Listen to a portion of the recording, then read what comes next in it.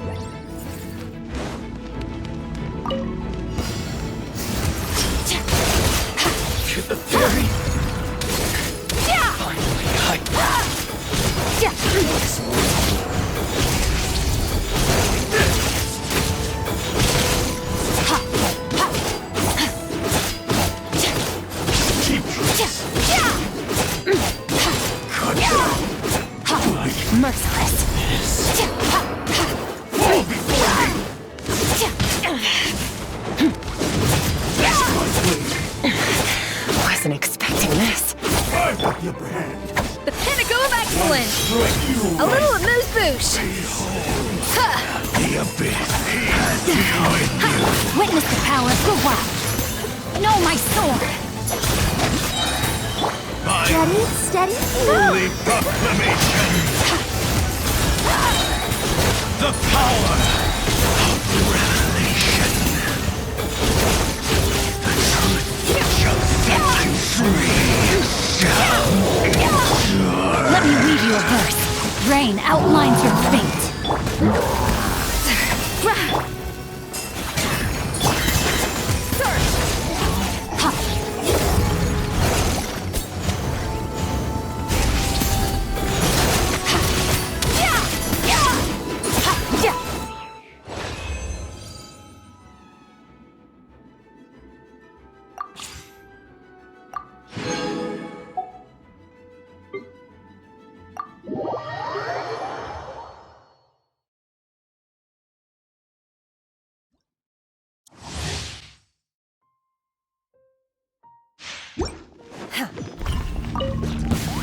Unleash! It's my lucky day.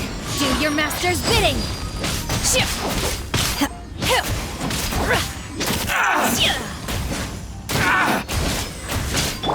Billowing surge! Finally, hide to the very finally hide. Sakura swirl! Take flight!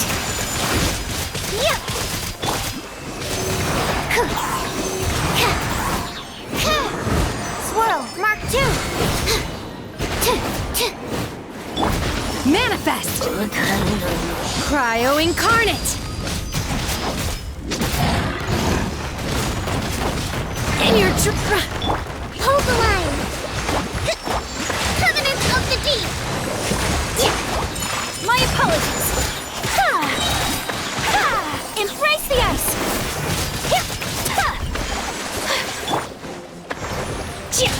Obey!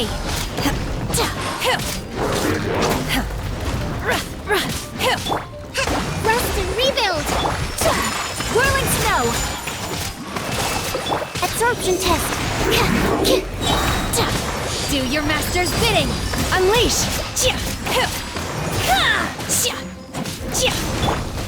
Sakura swirl!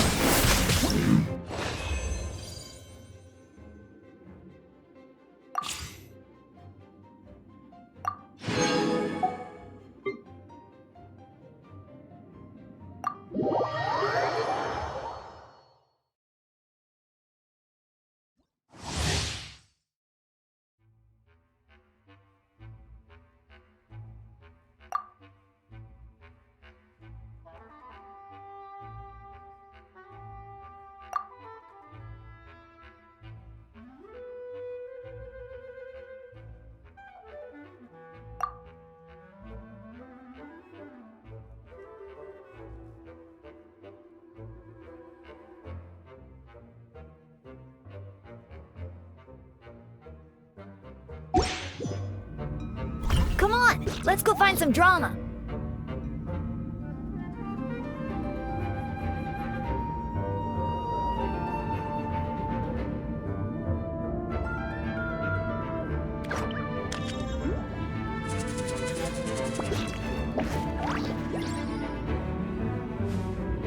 Huh? Ooh.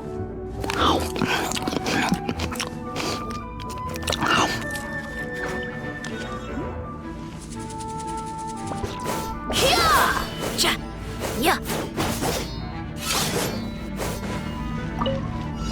Let's stir things up! Thus saith the animal Archon! This should be fun!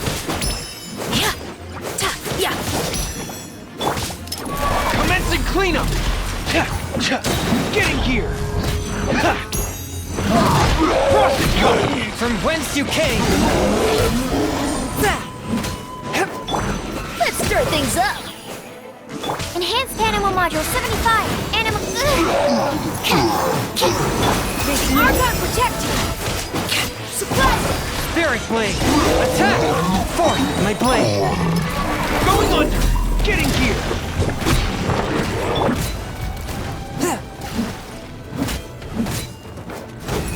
West wind, carry me! From whence you came. Swirl, Mark 2.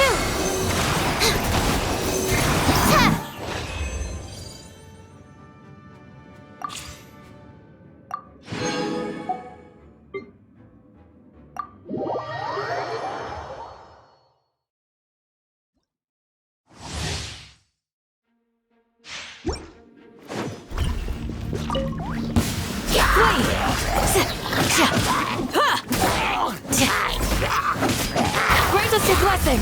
Do your worst!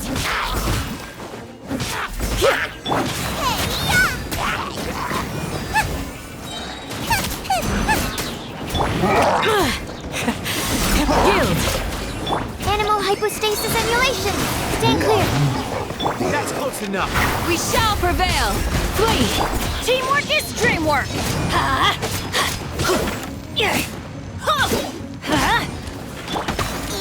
I'll be back. I'll be back. A new hunting. Lucky today. Let's light it up! Enhanced animal module 75. Absorption test. Hear my prayer.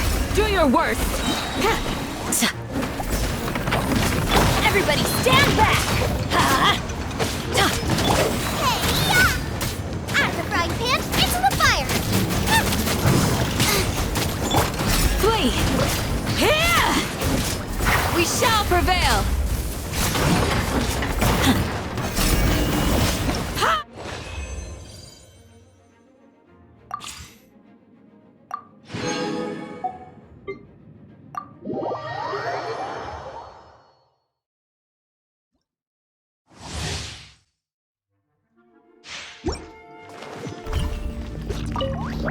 I'm a rock! Punishment! Yeah! Teamwork is dreamwork! Let's light it up!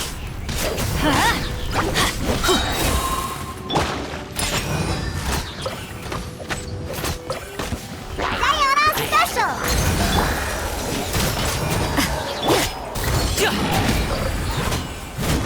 Mighty mythical beast! Congratulations! Shiver! Judgment! Everybody stand back! Let's light it! Look at you, Bootown! Pew pew! Many happy returns! Sorry, pal. Teamwork is dreamwork! Lights out. You can't run! Kick! Diana Special! Oh!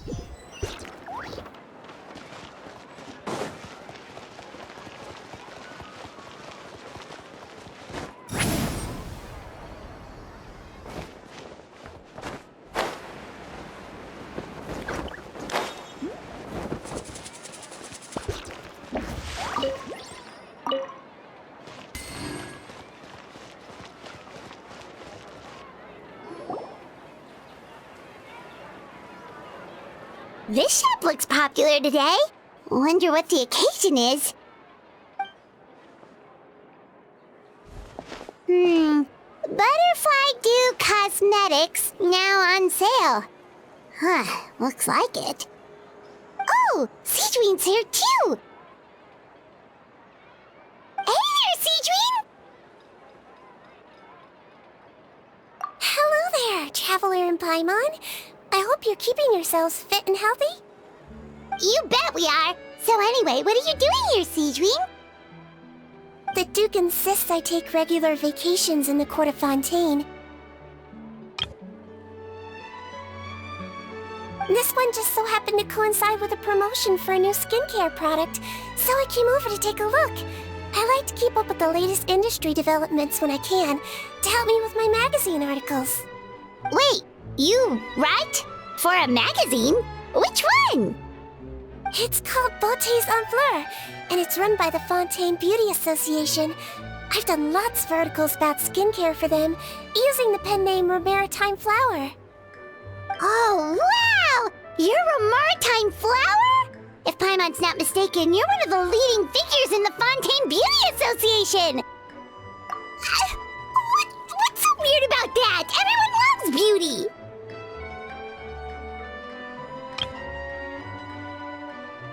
I really like this role. The staff at cosmetic shops are always so polite. And as long as I wear a big smile on my face, I always get the best customer service. Well, they sure don't want to make an enemy of the Maritime Flower. Obviously, it's because of Sigewinne's love for beauty. Still, a leader of the Beauty Association? That's incredible.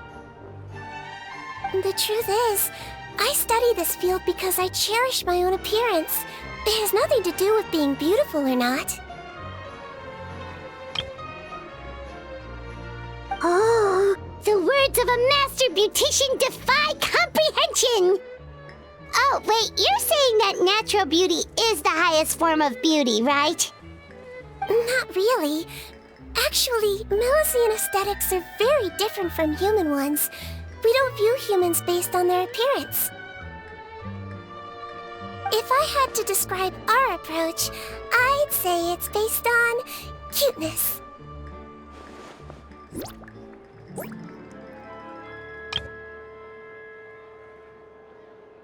Oh, really? Yep.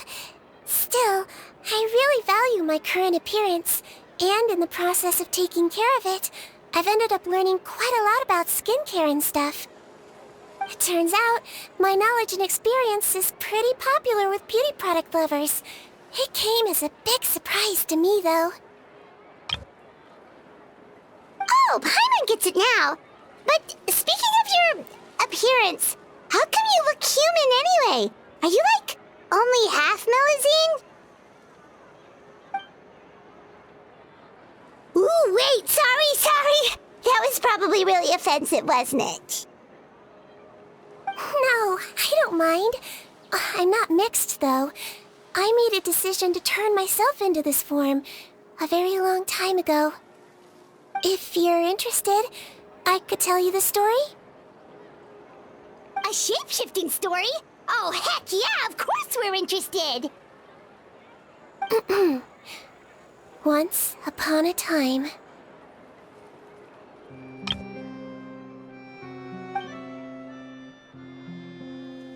Long ago, humans rejected Melusines, and Melusines feared humans.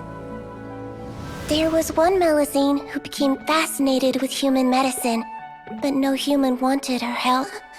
And there was one girl who liked Melusines, so no humans would make friends with her. So, the Melusine became the girl's friend, and the girl became the Melusine's patient. Your checkup's all done. You're still in perfect health. Thank you, Dr. Melusine. In this game of doctor and patient, a friendship was born. Then, one day, the girl fell ill. The Melusine was the only doctor to arrive on time, but the adults sent her away. Scram! Melusines can't be trusted! So just because I'm not human, I can't save my best friend?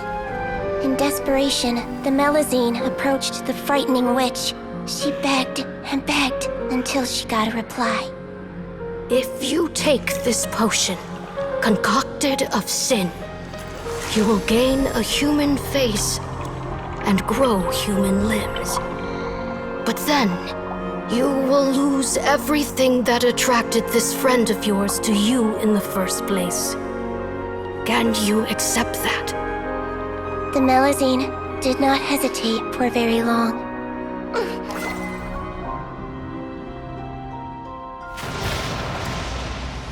On a rainy night, a little doctor knocked on the girl's door. The doctor wore a hood and raincoat, maybe to protect her from the rain, but maybe also to hide a secret. The little doctor held the girl's hand and treated her illness, just as she had so many times before.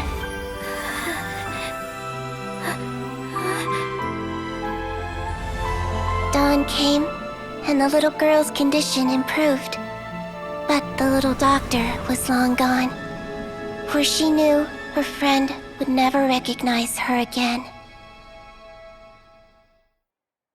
And so, since then, I've lived my life in human form. Most people who know me just think I was born this way. Ooh. A witch? A potion? Why does this sound like a fairy tale?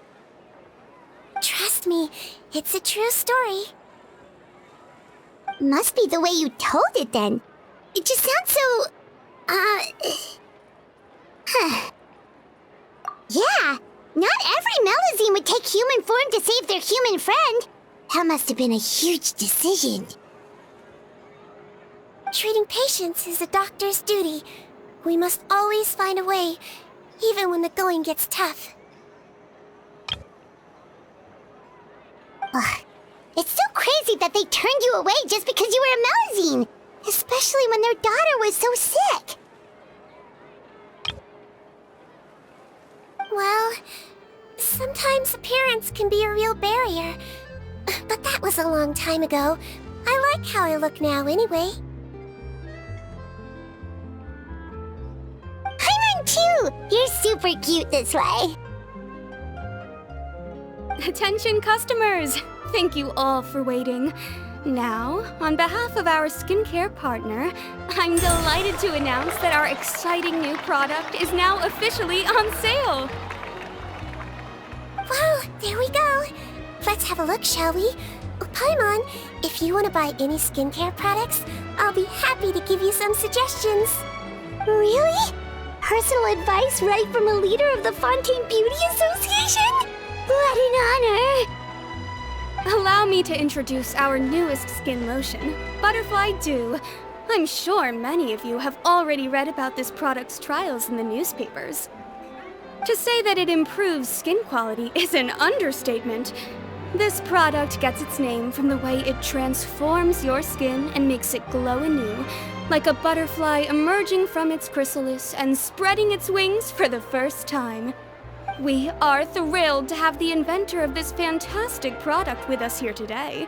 Please welcome Mr. Rawat, a researcher from the Fontaine Research Institute. Now, without further ado, I'll hand over to Mr. Rawat to tell you all about what Butterfly Dew can do for you. Thank you. Hello, everyone. I'm Rawat, and I developed Butterfly Dew. Wow, what a looker. He's a researcher? Wow, he's really challenging the stereotype. It seems that everyone is surprised by my entrance. Or should I say, my appearance. I'm well aware that researchers are generally better known for their brains than their dashing good looks. In that regard, I do believe I break the mold somewhat. Of course, appearance is a skin-deep way of defining a person. And yet one's appearance can be a very real set of shackles, holding a person back in their life. It can rob a young person of their self-confidence when applying for a job, dissuade a young lady from approaching the one she loves. Our actions are at the mercy of our appearance, and we slowly become the very person that the outside world sees us as. But what if I told you that those shackles can be broken?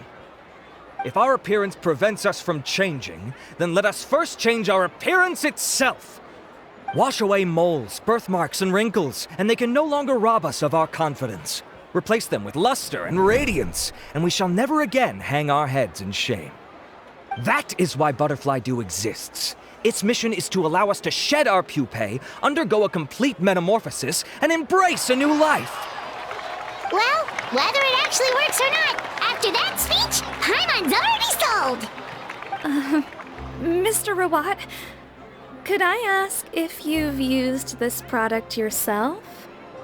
Of course, I tried it many times while I was testing it. You can consider me a product ambassador. Wow, then it's sure to work!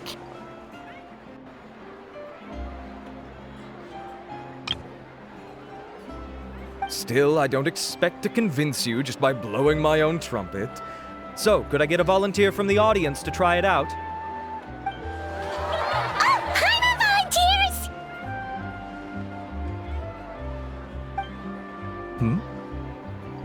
Oh! Ah, what an honor! It appears we have a giant of the Fontaine Beauty Association here with us. In that case, Miss Sigewinne, could we seek your most expert opinion on this product? Sure. Whoa, is that Romaritime flower? They say she's the pickiest user of skincare products in all of Fontaine. Here you go.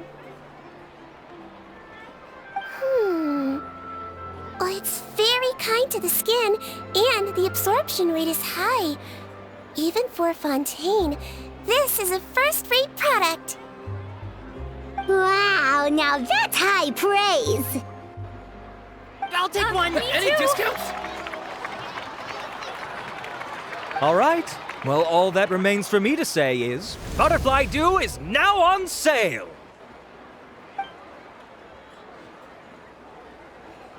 Think we should buy a bottle too? Aww, really? Well, it's still good to care for your skin though, right? Paimon definitely feels kinda rough from being exposed to the elements all the time. And if you're worried about whether it's the right product for you, well, luckily for us, Sigewinne's here, so we can get an expert consultation.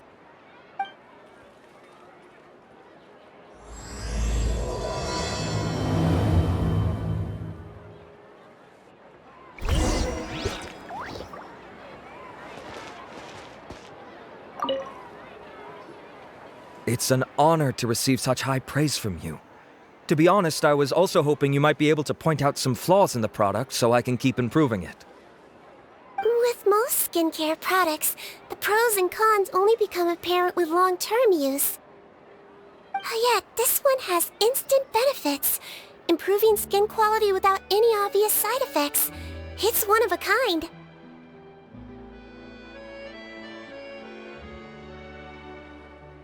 Don't worry though, I plan to keep using it, and I'll publish regular reviews in Beauté's Enfleur. You can read my thoughts there. All you need to do is subscribe. Oh, I was hoping for a more casual conversation, but you are a beauty association leader after all. I understand if you want to keep this professional. Sigewinne! Oh, excuse us, Miss Beauty Expert. But do you think this product is a good choice for me and her? Wait, are you the renowned traveler? That's right, and by her side, the equally famous Paimon. Well, I don't normally handle customer questions personally, but since it's the traveler asking, allow me to make an exception. Butterfly Dew is made for all skin types, so no matter who you are, you can rest assured that it will be kind to your skin. If anything, it might be marginally more effective on Fontainian skin, but other than that, it works the same on everyone. Why would it work better on Fontainians? In the interests of protecting my trade secrets, I'm afraid I can't answer that, Miss Paimon. Alright then. How about a friend discount? Save yourself the trouble. I'd be greatly honored to have both of you use my product. Here, take 2 bottles for free.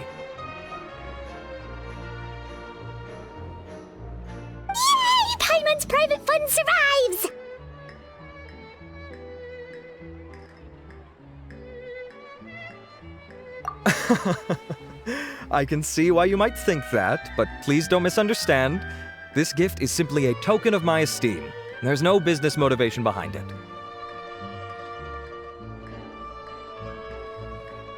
To me, finding new customers for Butterfly Dew is about meeting kindred spirits, fellow admirers of physical beauty. I consider it a labor of love. Admirers of physical beauty? Eesh, that's embarrassing to say out loud. It sounds so shallow. It's nothing to be ashamed of, Miss Paimon. Most people claim to desire inner virtue, but it's still physical appearance that turns their heads. This is a fact of life. It's only natural for people to desire to become beautiful, and that's exactly what inspired me to choose this research direction in the first place. You're right. Everyone loves beauty, don't they? Look at the time. My apologies, but I have other things to attend to. I'll leave you with these 2 bottles of Butterfly Dew, and I look forward to seeing you again. Paimon, I'd say there's no need for you and the Traveler to use this product for now. Why? Is there a problem with it? The quality is fine. I just think there's room for improvement. I think I could add some ingredients to the mix to make it more effective. Really? Then why didn't you tell Rawat about that? Researchers are a very special breed of human. You can point out their flaws to their face and they won't mind very much. But if you tell them that someone else could do a better job, ooh, now that'll make them really upset. If I'd mentioned it, he probably wouldn't have given you those 2 bottles for free. Fair enough, that makes sense. If you're interested in the more effective version, I can write up a list of ingredients for you. Just come get me once you've gathered them. When you say more effective, you mean it'll make Paimon even prettier? Ooh, how can we say no? As for me, it's probably time I got back to the Fortress of Meripede. I mustn't leave the infirmary unattended for too long. Alright, see you there then!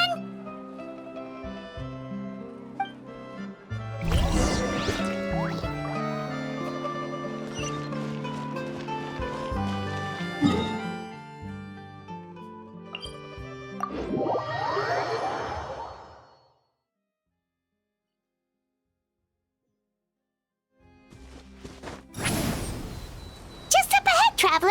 The ingredients for Sigewinne should be nearby!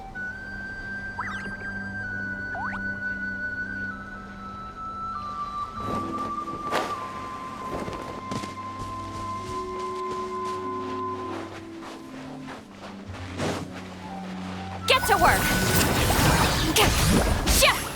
Yeah! Seek Laline! East Papa!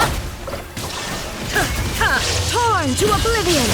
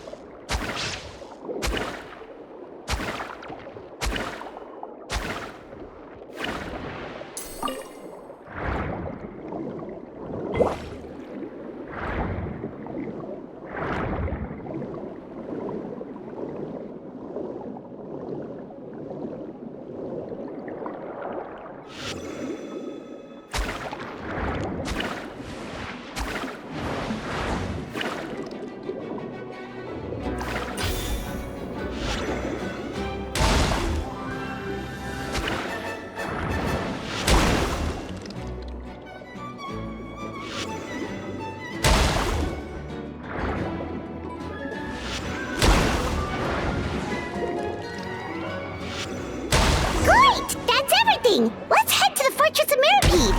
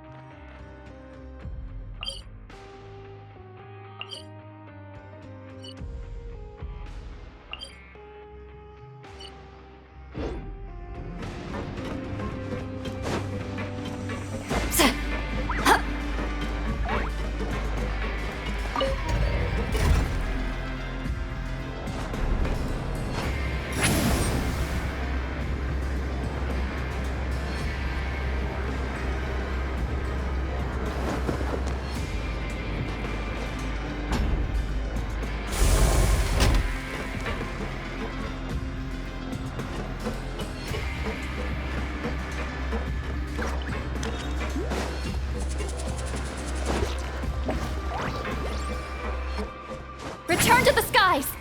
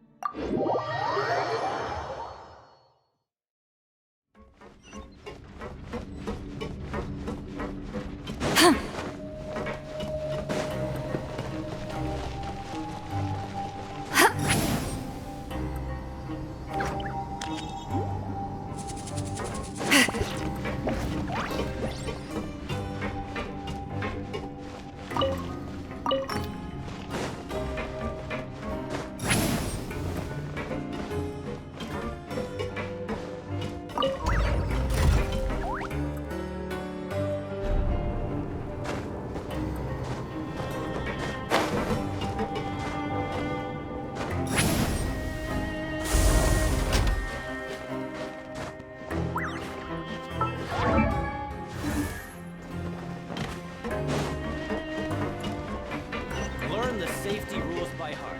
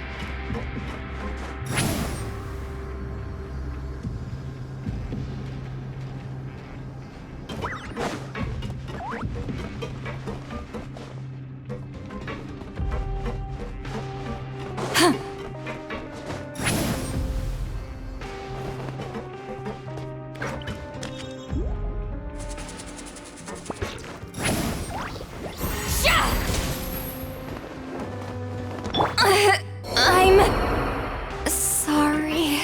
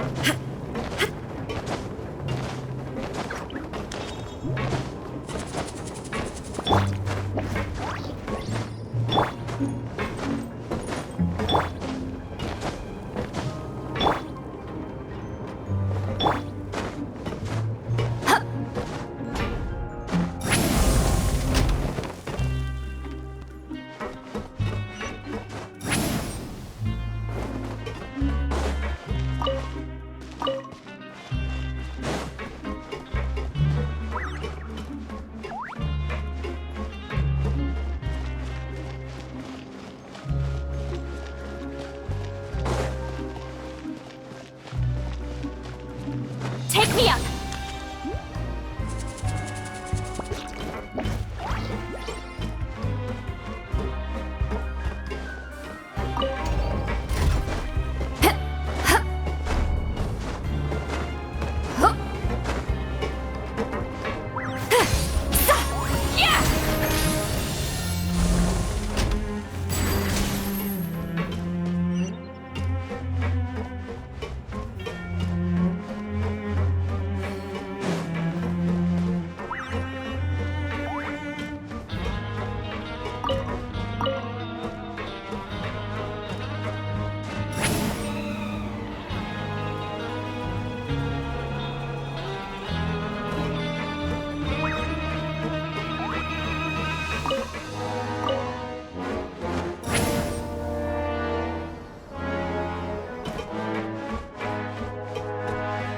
Rise like smoke!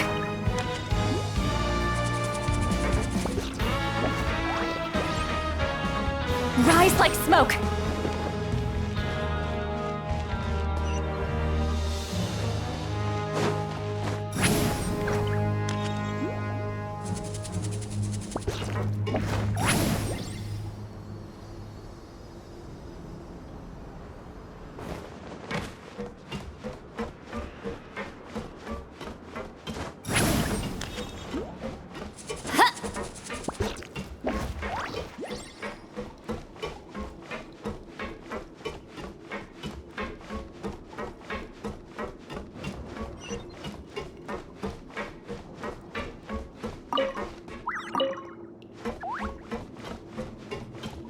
Take me up! Whoa, the infirmary is packed! Please, you have to believe me. I saw it with my own eyes last night. Another me! He looked exactly like me. Got it? Okay. I've written down everything you told me. Now, I have a few tests to run. Take a deep breath, and don't worry. It's nothing to be nervous about. First, which finger am I holding up? Your index finger, but I'm telling you, my mental state is fine. I'm not crazy. Very good. Now, on to the next. Hey there, Your Grace. It's been a while, huh? Ah, it's you two. Indeed it has. I would offer you some tea, but I'm afraid the timing is unfortunate. Duty calls. No worries. Actually, we were looking for Sigewinne. Do you, know what all of this is about? This inmate came running to the guards in a panic, claiming to have seen his exact doppelganger. A doppelganger? Doesn't that just mean someone else kinda looks like him? And that's what I thought when the report first reached my desk. But we've inspected our records. No one even vaguely resembles him. Considering how certain he is of what he saw, I can only surmise that he's having some mental issues. So I brought him for a medical evaluation. Alright, very good. Take a sip of water and rest for a bit. Evaluation complete. I couldn't find any symptoms pointing to a physical condition. I see. So do you still believe there's more likely to be an issue with his mind than his body? I have to assume so for now. Psychological issues are more difficult to detect. At this stage, we can at least confirm that he is in command of his cognitive faculties. The rumor mill will go crazy if word of this gets out. Guards, take him to the ward for a period of observation. The Marechaussee Phantom has requested my cooperation on a case, otherwise I'd deal with this myself. Sorry for the trouble, head nurse, but I'll have to leave this to you. No problem, Your Grace. I'll add him to my observation list. By the way, we have a couple of guests here who have made the trip just to see you. I imagine it must be important. You probably won't need to add them to your observation list, though. Oh, Traveler! Paimon, it's you! Hey there, Sigewinne! It's actually not that important, but... I'll be in my office if you desperately need me. Goodbye for now. Okay, bye-bye! So, Sigewinne... Would you mind waiting for just a moment? I have another patient to see. Just find an empty bed and take a seat. I won't be long. Oh, sure! Sigewinne, we've brought him. And he seems to have taken a turn for the worse again. Okay, don't panic. Let's start by sitting him down here. Paimon had no idea how busy it can get for Sigewinne. Maybe now's not the time to ask for her help with skincare. Good point. Besides, it might actually be interesting to observe her at work. Well, this could hurt, so I suggest you take a deep breath first.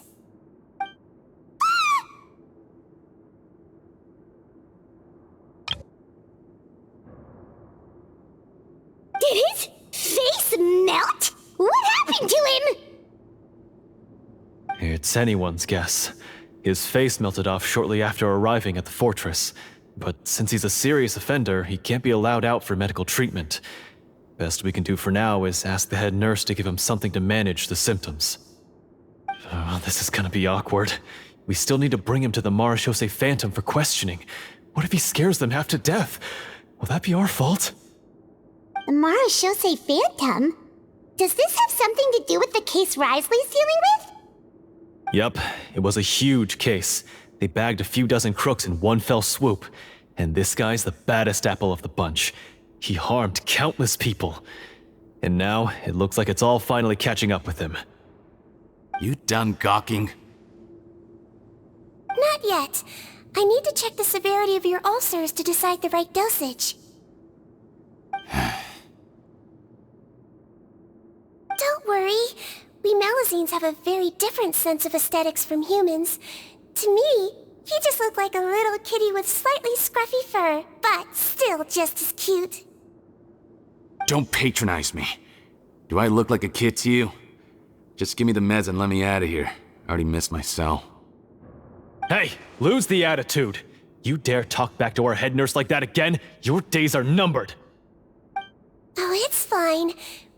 Okay, I'm going to apply the medication now. Tell me if it hurts, alright? Look how nice Sigewinne's being. And he still talks to her like that? What a nasty piece of work. Can I leave now? Wow, not a peep. What a brave little guy. Thank you, Sigewinne. And I apologize for the trouble. So, Traveler, Paimon, did you bring the ingredients? We did, but we don't want to interfere or anything. You're busy saving lives here. Oh, don't be silly. I agreed to it, didn't I? Just hand me the ingredients, and I'll make some time to whip it into the improved version for you. Take a rest here if you want. Or, if you're not tired, I hear they're holding a new pancreation tournament in the administration area. Or alternatively, is there anything we could help you with, Sigewinne? That's right! Let us help you out! It's the least we could do! Good point. Kind-hearted humans start to develop guilt if they accept free help from others. Don't worry. I'll take a look at my schedule. I'm sure I can find something to treat this condition. I gotta warn you, though, it'll be tiring work. So I suggest you take a break first, then come back and see me when you're ready.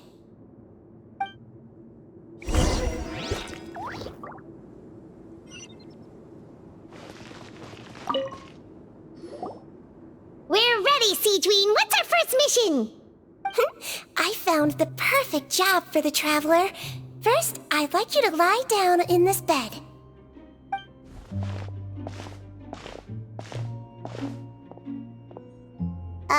What for? I need you to pretend to be sick. What? Oh, is it that difficult? I thought you did a pretty good job last time. Oh, so you knew. I sure did. She was way more interesting than the usual malingering inmates. When you played along very well, Paimon, I observed you two for quite a while after that. Well, this is awkward. But why do you need us to do it again now? No time to explain. My next patient will be here any second. Oh, please, just do as I say. You can, pretend like you've got a nasty headache. And throw in some dry heaving for good measure. Okay.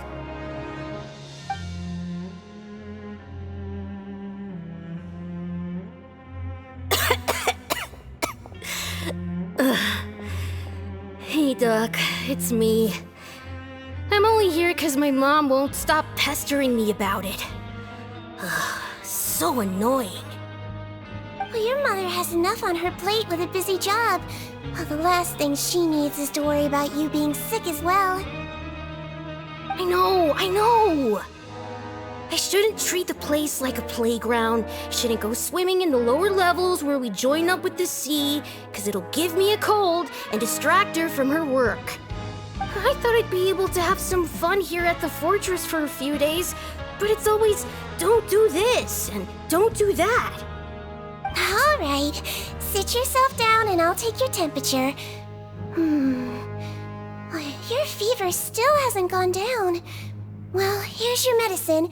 1 cup for starters, and we'll see if it helps. But Doc, it's so bitter. Do I really have to drink it? I mean, I'll be fine, right? I've got an uncle who caught a cold. His fever went away on its own after a couple days. Can't you just write me a note saying I'm on the mend? I just need something to keep my mom off my case. I sure can. You're a very brave boy after all. Huh?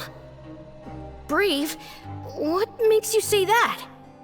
Well, if you want to rely on your own immune system to clear up your fever, oh, then you'll have to tough it out like this young lady.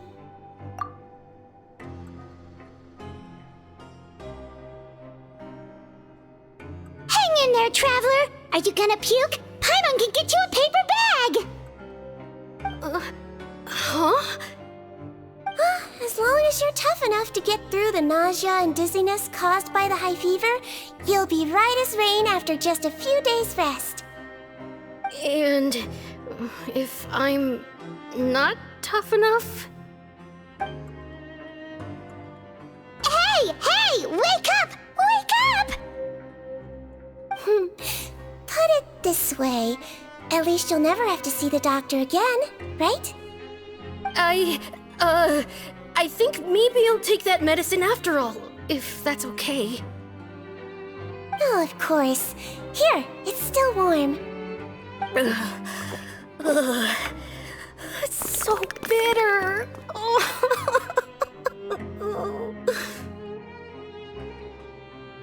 done. Great job, you two.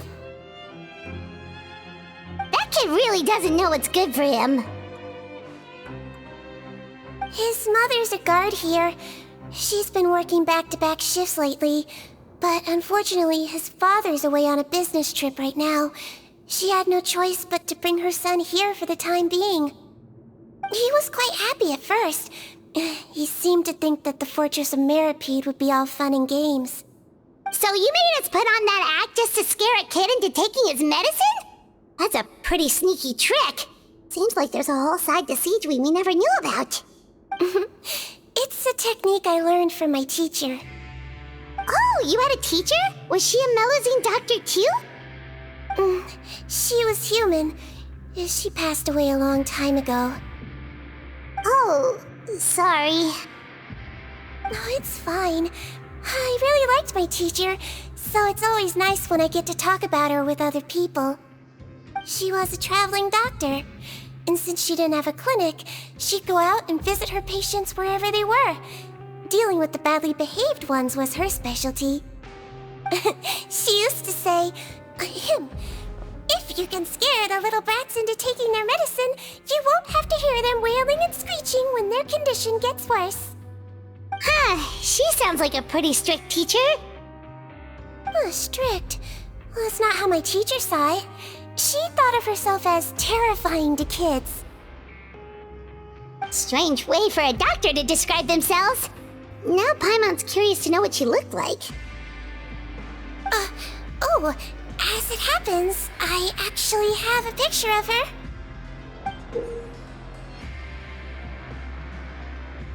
Oh, wow, yeah, okay, that'll terrify the kids. Yep. All the children she treated thought she was a witch. Why does it almost sound like you're envious of her? Oh, because I am. If she was here, all the children would take their medicine without any need for tricks. A doctor who looks like a witch. True, they wouldn't dare try anything funny with her around. Oh, me, on the other hand, it's hopeless. Children aren't afraid of me at all. That's actually a good thing, you know? Oh, my next patient should be arriving now. Would you mind lending me a hand again?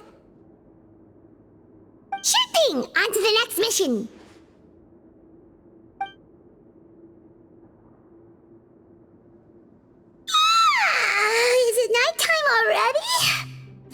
by. You really have a busy job, Sigewinne. Well, thanks to you two, it was much easier today. Aww. Should we get some rest? It's getting pretty late.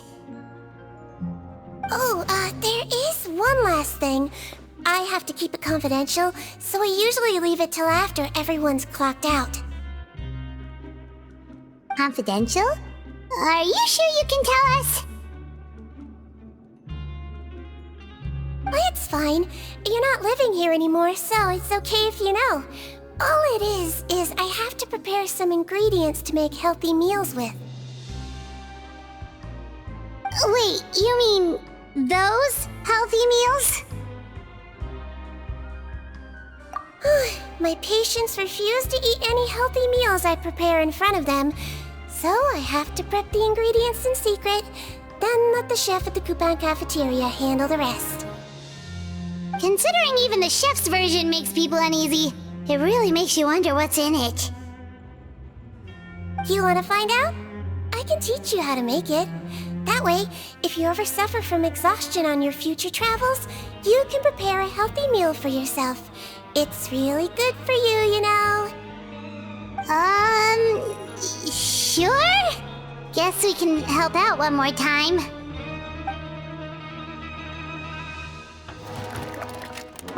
The ingredients are ready. Now, put them on the table and add them in the order I tell you. First, we add this special slime condensate, stir thoroughly, then pour it in. See that? It adds elasticity. It looks just like tasty jelly, doesn't it? Yeah, it really does! Until you remember it's slime condensate. Next up, xenochromatic crystals. You want to crush them up into a fine powder, like powdered sugar. Wait, are those from Fontimer Aberrants? Are you sure they're edible? Finally, we'll need some high-protein meat. Frogs are an excellent choice. You just need to clean their innards, and then you're left with some lovely, tender meat. Oh! Frogs. And we're done. All that's left now is to pack them into lunch boxes and hand them to Walsey. Yesterday in the production zone, I noticed an inmate who's been working for 2 days straight.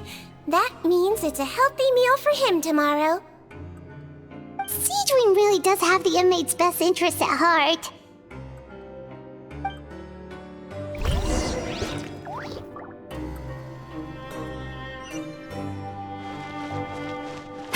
Take me up!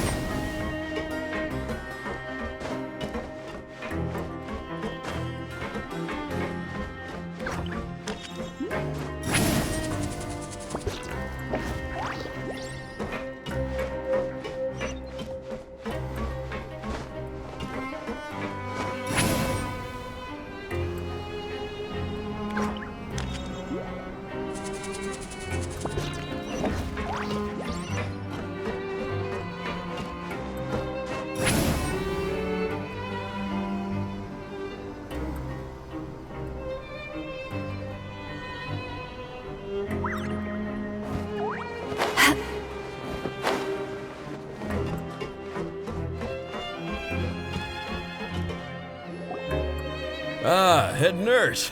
Got some extras for me? Just the one today. The serial number's on the lid. Sounds good. I'll make sure it gets delivered. Sounds like they're talking in code. Thanks for your help. Oh, it's no trouble at all. I only wish I could do more. You work so hard for all our sakes. I'd happily lose a little sleep if it meant helping you out. That won't do. If you reduce your sleeping hours any further, your health will start to suffer. All right. Nurse's orders. I'll do as I'm told. But you take care of yourself too.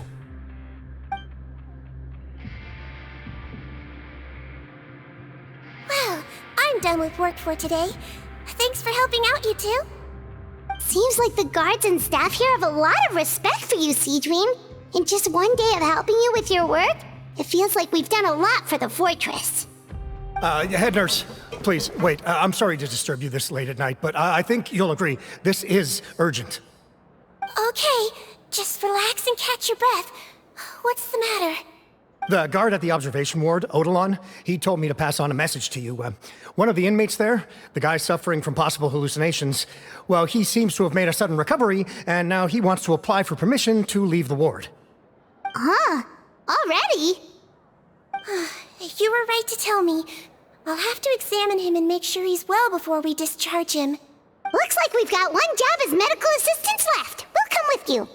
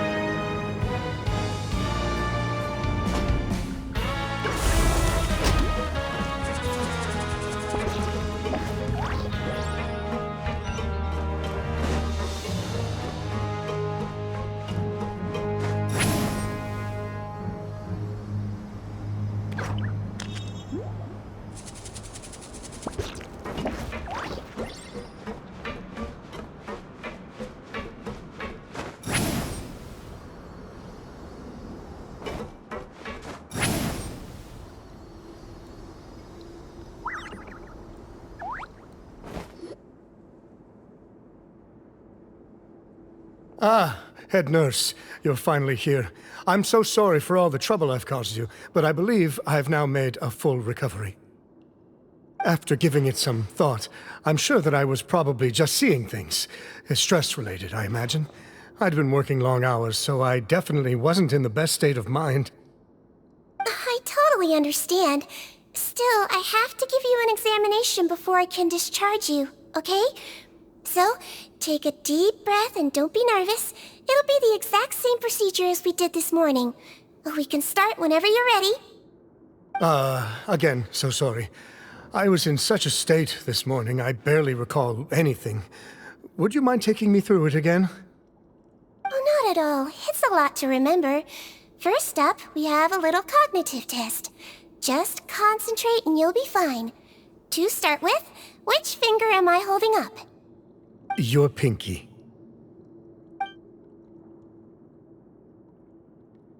All right. All indicators seem normal. So it was a stress-induced hallucination after all? Well, we've certainly had previous cases of mental illness caused by overwork. which is why I carefully observe everyone in the production zone. I wonder how I managed to miss the signs this time. Please, head nurse, you shouldn't blame yourself. I'm just still adapting, that's all. Pushed myself too hard, and I guess I couldn't take it. Thanks for looking after me. I'll be as good as new after a good night's sleep. And if you can give me the okay, I know I'll sleep better back in my good old dorm. It can be difficult to relax in an unfamiliar environment. Alright then, you can leave the ward. I suggest you take 2 days off to focus on your recovery. I'll take you off the observation list for now, so you're officially discharged. Great. I can't thank you enough, head nurse. Mr. Odilon, could you escort him back? Of course. I'm on guard duty in the administrative area tonight, so nothing will go wrong. You have my word.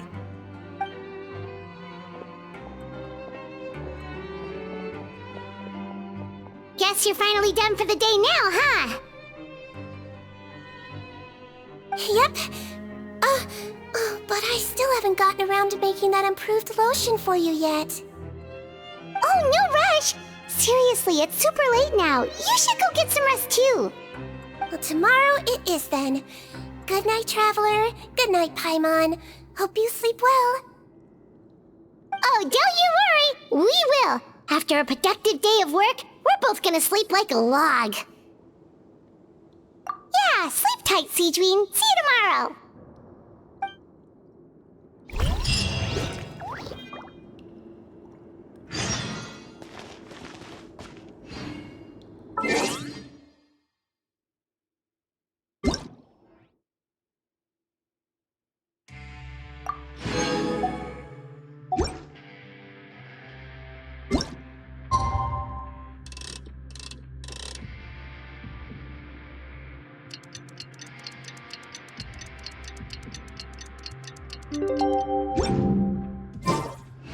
Here's... Paimon really did sleep like a log.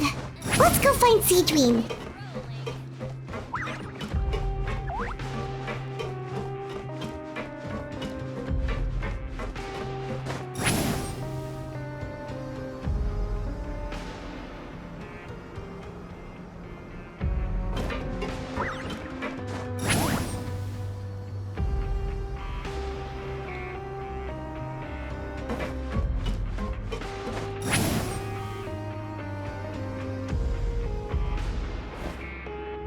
Whoa!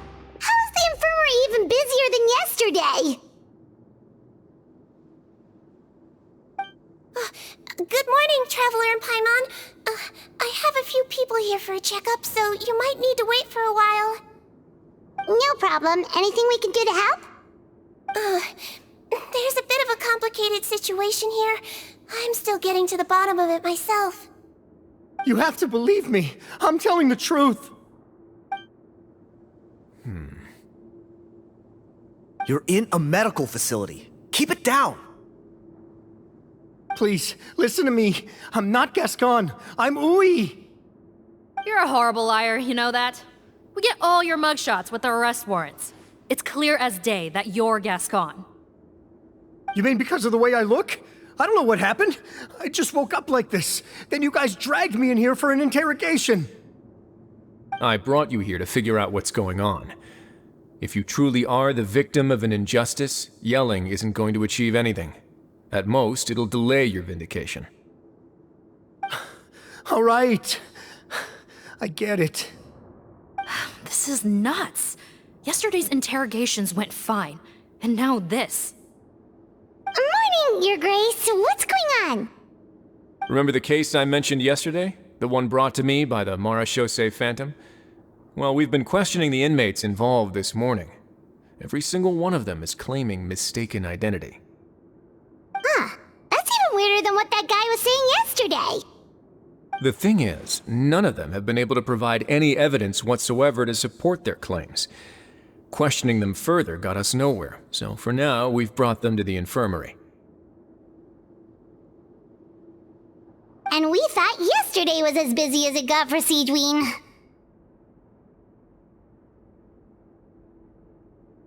We've compiled their statements. Have a look. Perhaps there's something we missed.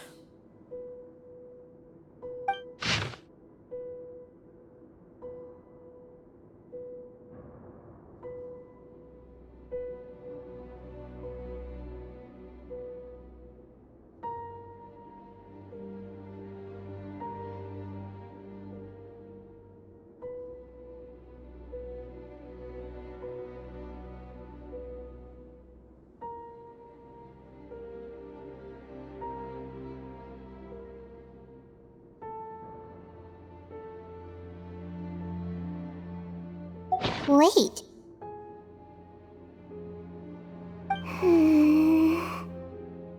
Release? Interesting. The inmates they spoke of in their statements appear to all be due for release today. I noticed that too. If that's their plan, they're underestimating us a little. Every serious offender claims that there's someone else who just so happens to be due for release today. And they're expecting us to go along with that. All the more reason to be cautious. Lumberzar, check the release list for today and make sure no one gets processed. We're gonna need an excuse, though. Just say we're out of forms, and that we're furiously printing more as we speak. I'm on it. It's conceivable that our group of serious offenders somehow found a way to switch places with inmates who are about to be released, so they can walk out right under our noses. We did consider that possibility.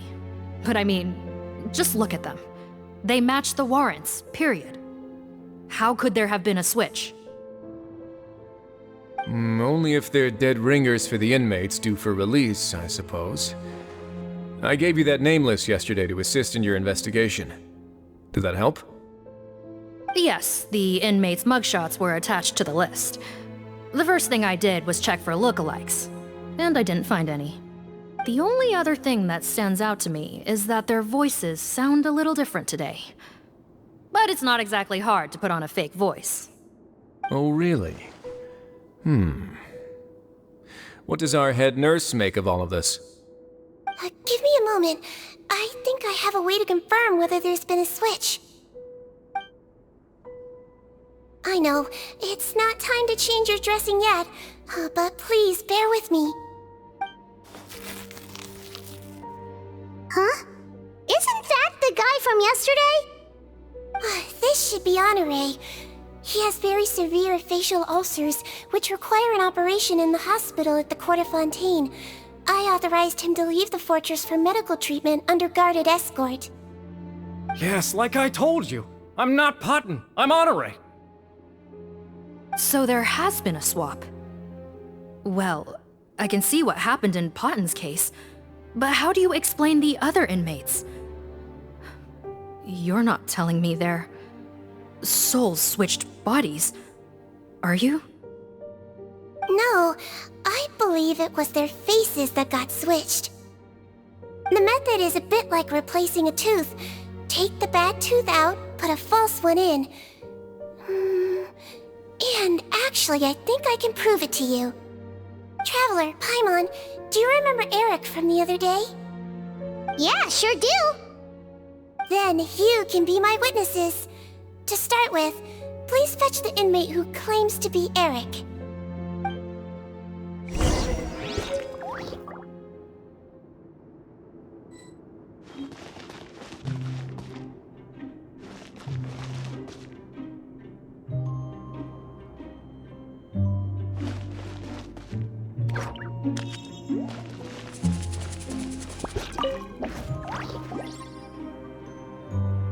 So, you're Eric? Yes, head nurse. It's me. You do believe me, right? I need to do another examination on you. Same procedure as yesterday. All right. It's the cognition test first, right? So I need to concentrate. Now, try to recall if you can. The last time we did this test, which finger did I hold up?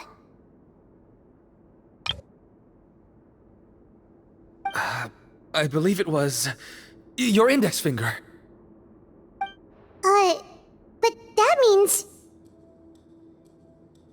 Huh? So basically, last night, the Eric who said he saw another him suddenly recovered and applied to leave the observation ward.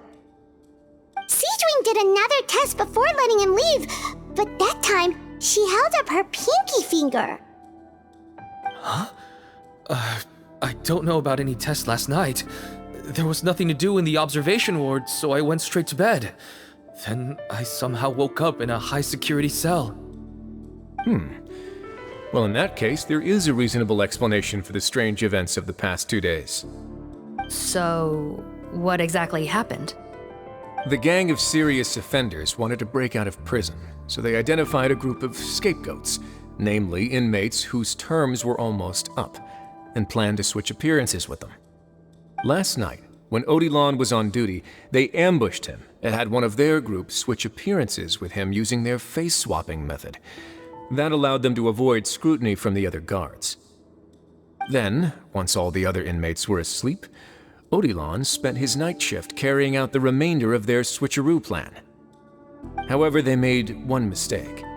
Henri changed his appearance to match Eric's earlier than he should have done, and ended up being spotted by the real Eric. Real Eric came to the guards for help, but we didn't know then what we know now, so we put it down to hallucination and sent him to the observation ward.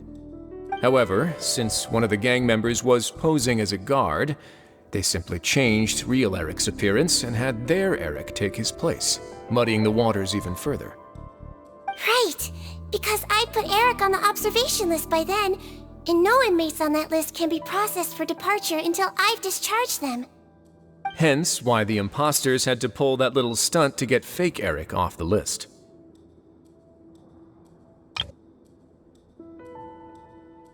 Yeah, it all makes sense now! The Duke cracked the case! Well, I can't fault the reasoning. But I'm afraid that we ruled out the possibility of face switching very early on in this process. Criminals altering their facial appearance to commit crimes is nothing new. In fact, one of the explicit duties of the Melusines in the Marechaussee Phantom is to identify criminals in disguise. We carefully examined all the suspects, and there is no evidence that any means of disguise were used in this case. Huh. Well then, how do we explain all this? So far, it seems more likely that the gang stole documentation belonging to the inmates due for release, and are using that to commit identity fraud. Actually, there is a potion that can completely change someone's appearance. If they use that, even a Melusine wouldn't be able to detect it. A shape-shifting potion? Forgive me, head nurse, but this is the first time I'm hearing about it. If such a potion truly existed, it would jeopardize our entire investigative process at the Marechaussee Phantom. Are you certain of this? Yes, I am. But... Please, trust me in my professional opinion as an experienced clinician. At the same time, without any solid evidence, it's pure speculation. If we can round up all the inmates suspected of switching places, then have a little talk with both sides, we might just get our answer. Yep, let's do that. Okay. Well, it was our negligence that meant we had to come and conduct these post-internment interrogations. And I know it's put you out. We'll do it your way. Your Grace, bad news. I paused the releases like you asked, but we were too late. A bunch of people already got processed 2 hours ago. I checked the list, and sure enough, it's all the people who gave statements. 2 hours ago? That's before today's interrogations began. They had this all planned out. So there really was a switch after all. They really pulled the wool over our eyes on this one. We should be able to catch up with them if we leave now, right? Not if that potion is real. They can just switch faces again after leaving the fortress. And if the Marechaussee's Melusines can't even spot them, we wouldn't know where to start searching. Yikes! So we're at a complete dead end!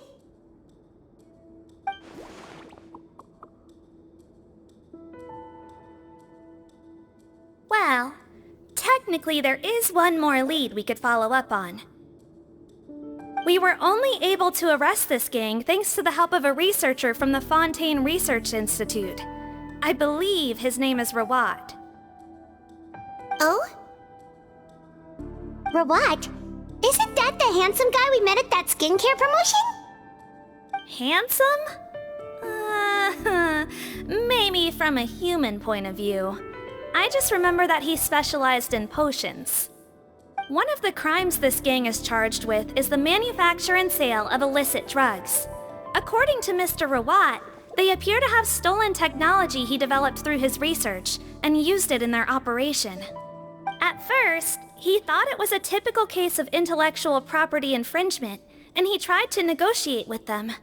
But once he discovered their criminal operation, he reported them to the authorities. Thanks to his report, we were able to swoop in and arrest them all in one go. What a hero! Bet that took courage on his part. No doubt. This is worth following up on. As the one who snitched on them, it's highly likely that Rawat will be targeted by the escapees. That aside, since he's negotiated with them in person before, there's a chance he'll have some additional information for us. Understood, Your Grace. My team and I will head to the Fontaine Research Institute right away. In the meantime, please keep an eye on the face switch victims for us. Of course. Miss Morgan, I'd like to come along and help you catch these criminals. Huh? Why's that? Well, I'm the one who discharged the fake Eric last night, so I feel partly responsible. Don't say that, head nurse. Your focus was on the inmates' health, and rightly so. We can't ask you to help with arresting criminals. That's our duty. I also have a more personal reason. Potton is a patient of mine, and if I don't get a new batch of medicine to him in time, his condition will get much worse. Look, head nurse, I completely understand where you're coming from. But arresting criminals is dangerous business. And if anything happened to you, none of us can afford to take on that responsibility. Don't worry, I can defend myself just fine. You say that, but still. If I may, Miss Morgan, Sigewinne is the one who raised the potion hypothesis, and I'm sure she has far more expertise on the topic than your team. My suggestion would be to bring her with you. And if you really are worried for her safety, then...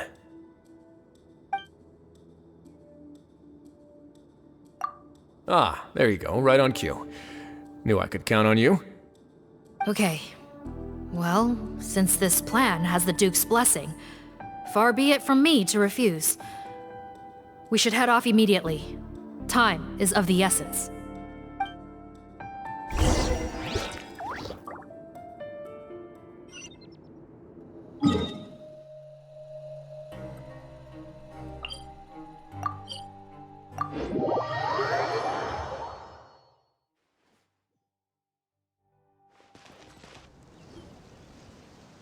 Greetings. Sorry to impose, but I'm afraid we're here on urgent business, and we're gonna need you to cooperate. The Marsh is a phantom. Let me guess, you're investigating some more illegal research? Not this time, no. We're looking for a researcher. Do you know where we might find Mr. Rawat? Rawat. Oh yeah, Mr. Handsome, right? He actually doesn't work on site here very often. There's a handful of researchers in the nearby area who know him pretty well, though. You can see what they know.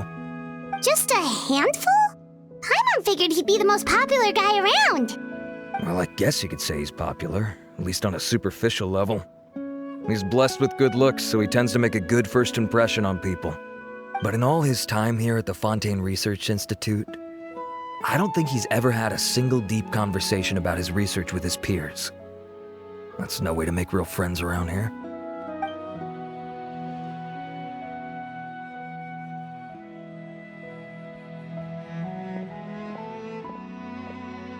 That's so weird. He definitely didn't come across like a recluse at that product promotion. I don't find that weird at all. He definitely didn't strike me as the kind of guy who's, good at making friends. Really? Paimon couldn't tell. Must be a Melusine perception thing. Okay, we should talk with his acquaintances. But we also need to check the Research Institute for any clues. Let's split up. It'll save us some time. Sure thing. We'll go ask around among the other researchers with Sigewinne. Paimon's suddenly kinda curious to know what everyone really thinks of him.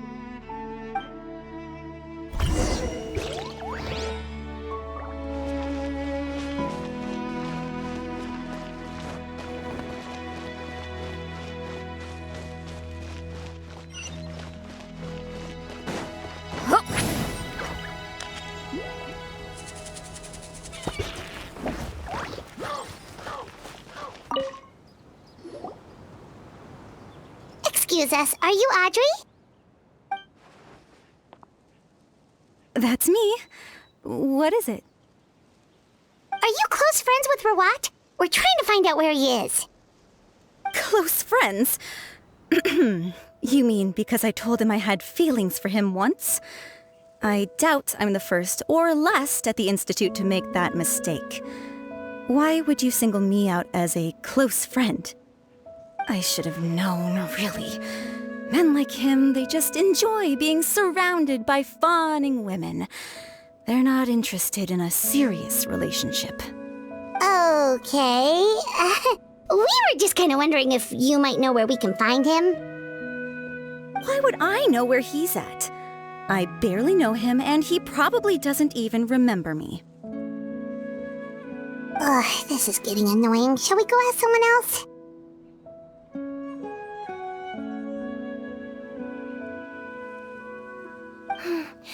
I think she knows Rawat better than she cares to admit. If we leave now, it might be a wasted opportunity.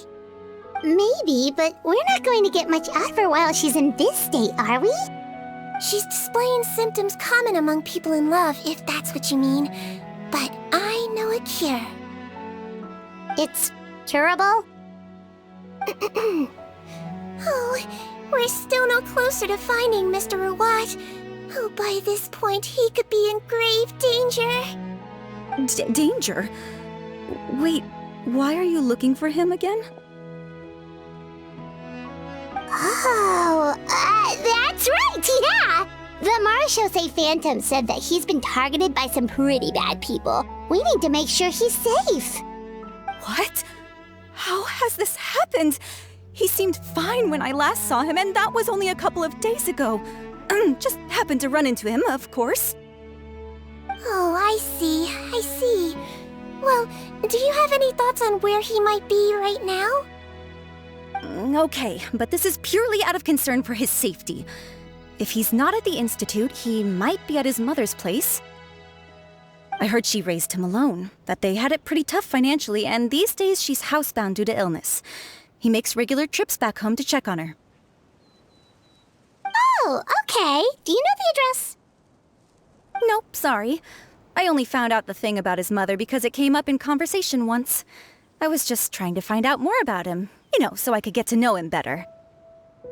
When I told him I had a crush on him, I offered to help him take care of his mother. And yeah, maybe that was a stupid idea, but did he really have to yell at me for it? It's like, fine, I can take no for an answer, but what's with the temper tantrum? Unbelievable. These guys only want to show you their charming, well-groomed exterior. They can't stand it when a few home truths shine through. Looks like her love syndrome is flaring up again. We need to find out Mr. Rawat's mother's address. Let's check with the Marechaussee officers when we regroup. Cool, sounds like a plan.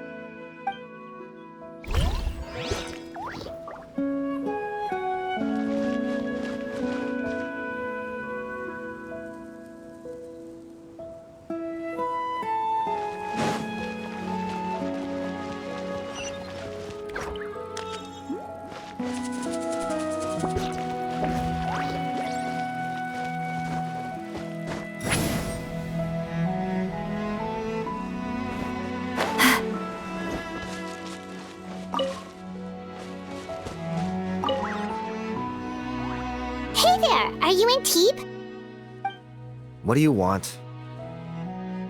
We're here to ask about Rawat. Any idea where he might be? We were told you were pretty close with him. Close? Not sure that's the word I'd use. He wouldn't even let me use his patent. Huh? It's been a good few days since I last saw him. I don't know where he's at. Go ask someone else. Would the patent in question happen to be related to the new skincare product he developed? Yeah, kinda. Butterfly dew, or whatever he calls it. I heard he made a tidy sum off of that one. Okay, now we're getting somewhere. Keep going. Most of the other researchers here focus on mechanics, energy, stuff like that. I get why he wouldn't be interested in having anything to do with them. But I'm studying coatings. There's a huge overlap in our areas of research. Why would he refuse to work with me? I bought his product once and noticed it contains a unique substance that might have applications in coatings too. If it worked out, I could probably make as much as he's making. Don't get me wrong, I had no intention of plagiarizing his work. I was hoping to get official permission to use his findings in my own research. Followed the proper procedure. It was all above board. I would have had to pay him a license fee and everything. But despite that, he turned me down not once, not twice, but 3 times. It's like he's vehemently opposed to the idea of anyone else making the kind of money he does. Huh, so is Rawat antisocial, or is this guy just jealous? Well, it doesn't look like we're gonna get any info about Rawat's whereabouts from him. Let's go! Wait, 1 second. Mr. Antibes, next time you go shopping, you should buy some Buell fruits. Peel the skin, steep in water, then drink. It'll help calm your mood. Huh? Yeah. Thanks.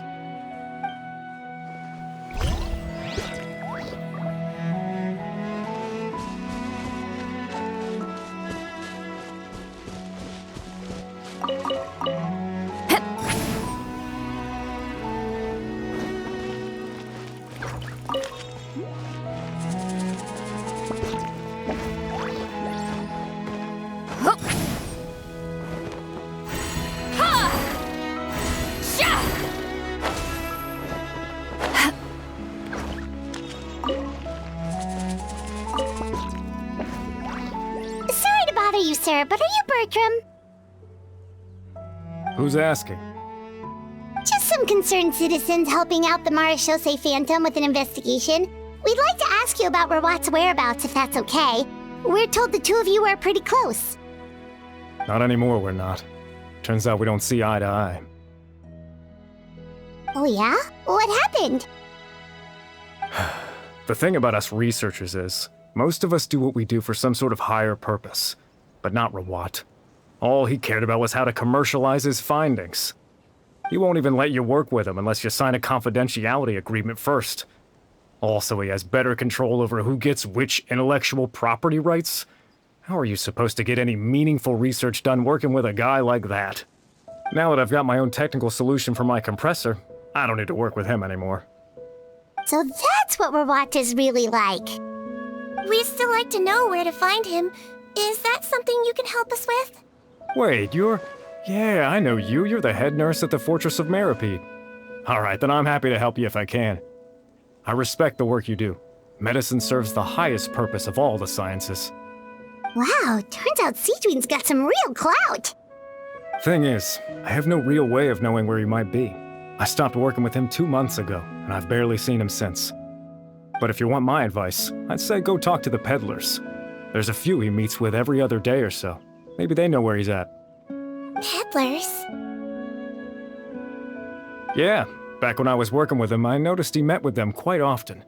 Wouldn't surprise me if they were involved in some shady business together, because it seemed like they went out of their way to avoid discussing anything in my presence. The little I overheard was about manufacturing and selling pharmaceutical drugs. Like I said, he's all about the money. Drugs? Doesn't he work with skincare products? Do those count as drugs? Who knows? I never cared to find out. He's the Morag rubber, not me. Thank you. You've given us plenty to work with. Welcome. Goodbye, and may we both reach new heights in our scientific endeavors. Well, that's all 3 researchers. Let's head back to the meetup point. Return to the skies!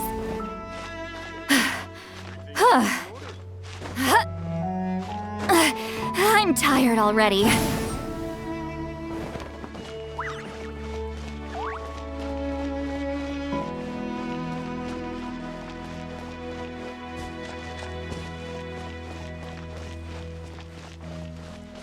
Take me up!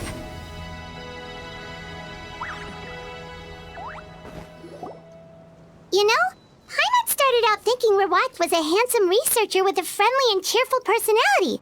It's such a surprise to learn that his peers have a different impression of him. So, what's your view of him now, Paimon? A handsome researcher whose difficult upbringing turned him into a profit chaser with a chip on his shoulder?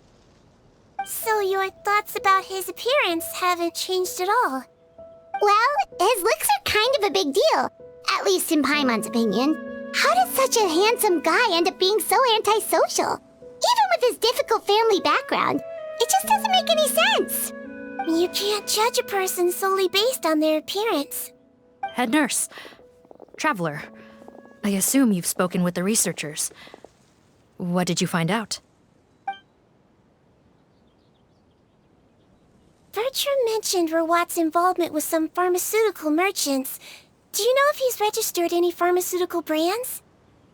Since he was a whistleblower on such a huge case, I ran a background check on him. I don't remember there being any brands under his name. How strange. If he was so focused on commercializing his research and averse to sharing his technology with others, why wouldn't he have registered his own brands? Maybe he and his business partners needed to avoid public scrutiny?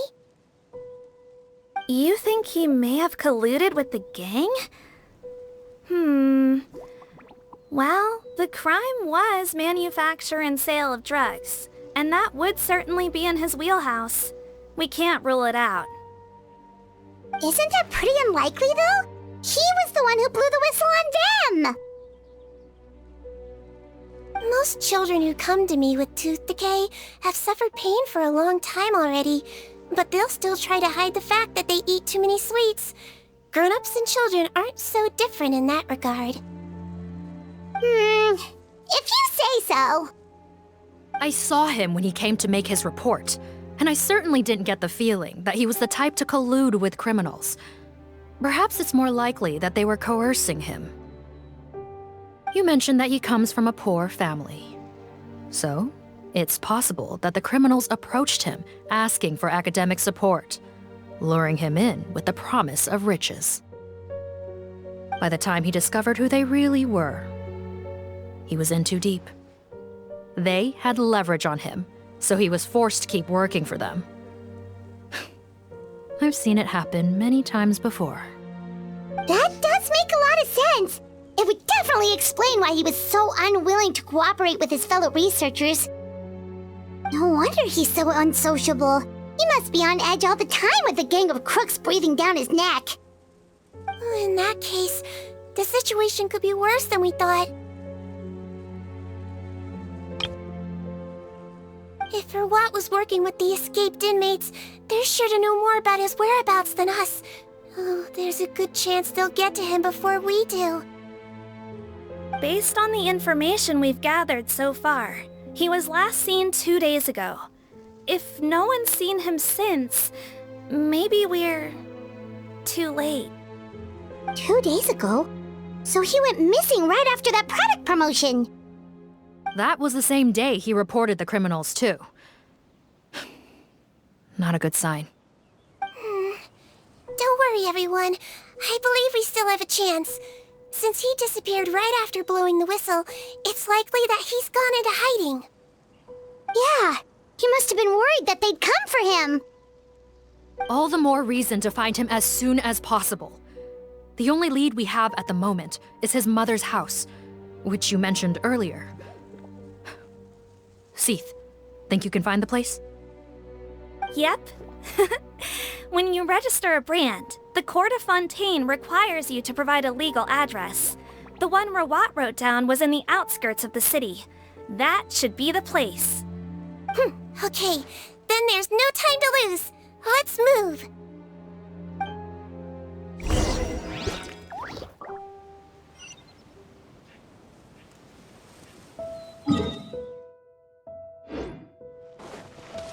Take me up!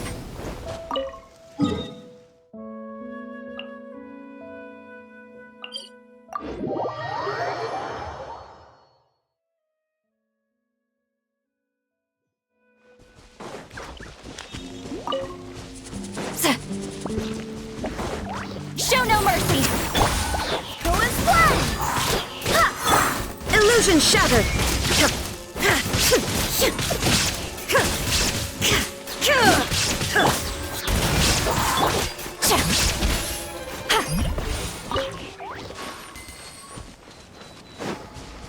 Barbados, guide us.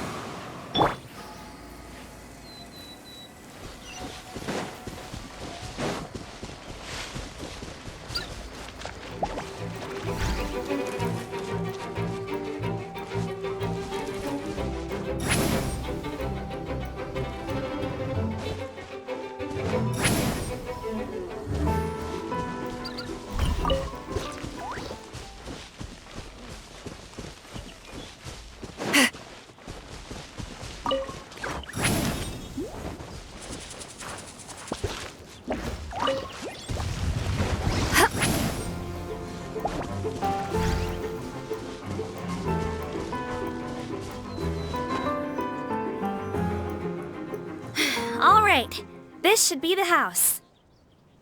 I'm pretty sure this was the address. Okay, I'll knock.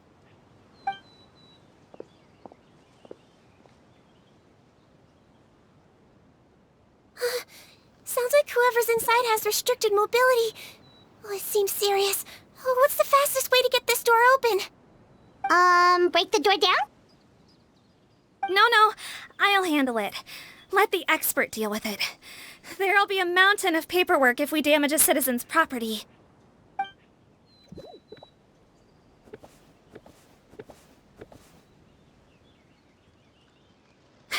Calm down. Deep breaths. Remember your training. Control your strength. And... it's open! Seath, take a few people and lie in wait. Keep your eyes peeled for any activity around the house. The Traveler, Head Nurse, and I will go inside.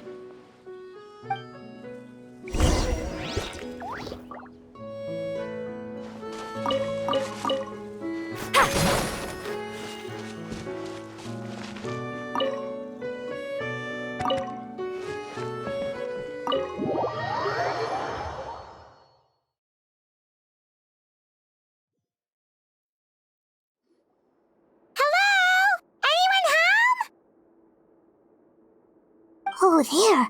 On the bed, there's an old lady. That's gotta be Rawat's mother, right? She doesn't look like she's in any state to be answering our questions, though.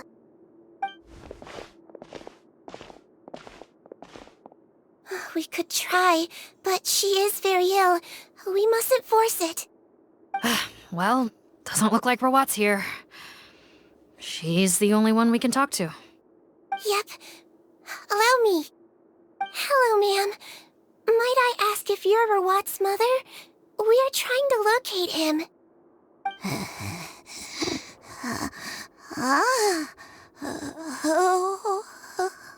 Hard of hearing, perhaps. Does anyone have a picture of Rawat? I have one here. I'd like to show you a photo, ma'am. Is this your son?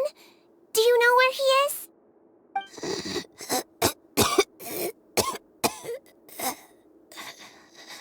Looks like this isn't gonna work after all. Well, looks like we're out of leads. If Rawat's not here, things are looking very bad for him. Is it possible he could have avoided returning here because he knew he'd be in danger? Maybe. But if so, where do we look next? maybe we should take another look at the Institute. Guess so. I suggest we all return there now. We found a good amount of useful information the first time, but perhaps there's something we missed. This is our last hope. Sorry, officer, but could I stay here for a while? This patient requires some care. Of course. Traveler, stay with the head nurse. You're technically here as her assistant after all. Also, I'd like some Marechaussee members to stay as well, and keep an eye on the area. Why's that? If Rawat knows how serious his mother's condition is, he will return. Got it. Okay. I'll tell the squad members in hiding to stay put and keep a lookout. Thanks for helping me out yet again, Traveler and Paimon. No problem. But when you say her condition is serious, do you mean... Yes. She's barely clinging on to life. Oh. Let me take care of a few things first. Could you pass me the towel over there? Yeah, of course.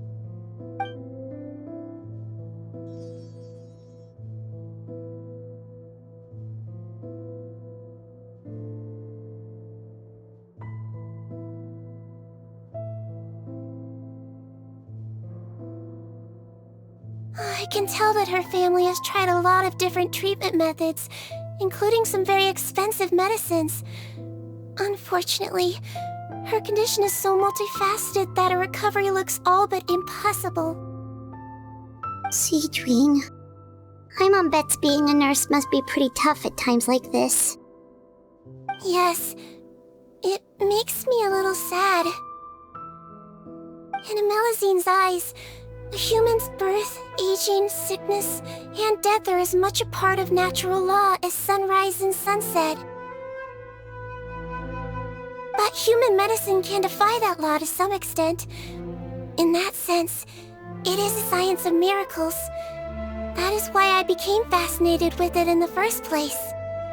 But it was only after I truly became a doctor that I realized miracles don't always happen. Even the greatest doctors cannot cure all diseases. Sigewinne. Well, don't worry about me, Paimon. A doctor's duty is not to cure all diseases, but to treat whatever ailments they can. At the very least, I can lower her fever. That way she'll suffer less, and she might even be able to see her son. Yeah, all the more reason to find Rawat as soon as possible, even if we don't catch those crooks. Oh, her fever is getting worse. Could I get some hot water? Sure, we're on the case.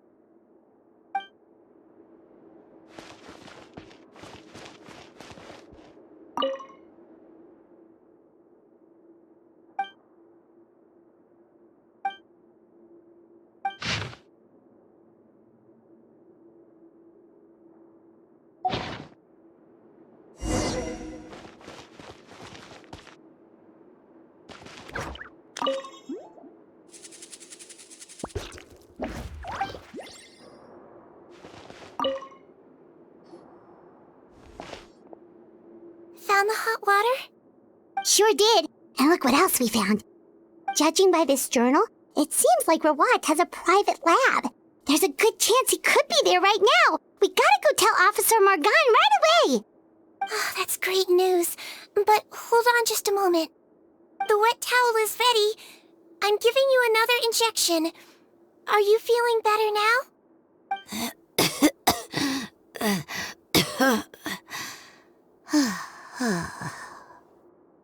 It's all right. We'll go bring him back. Please hang in there. Thank you.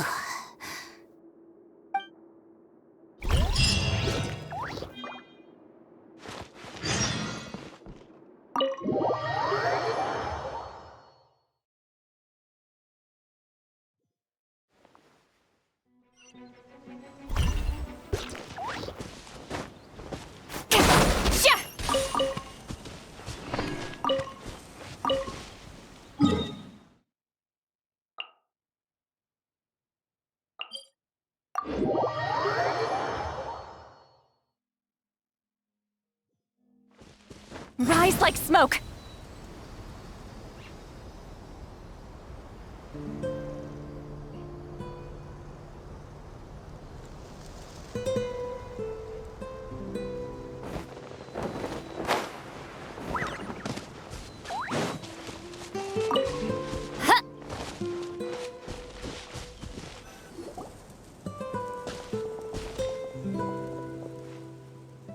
It's Officer Morgan! They're already here!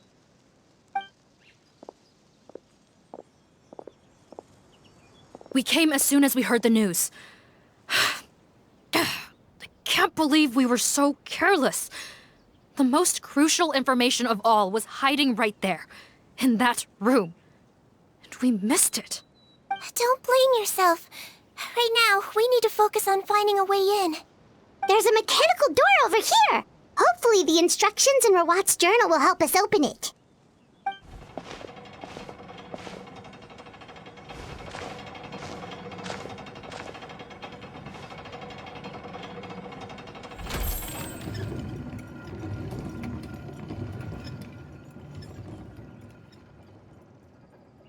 It's open. Let's go in.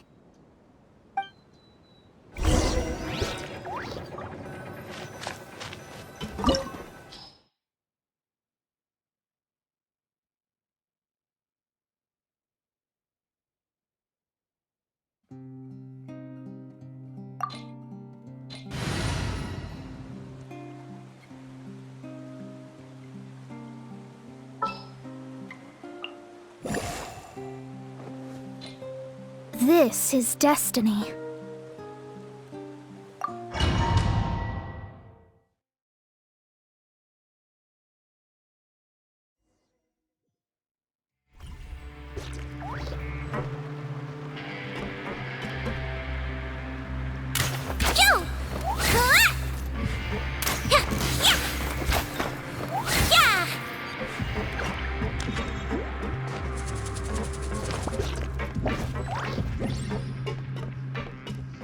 How did they get in here?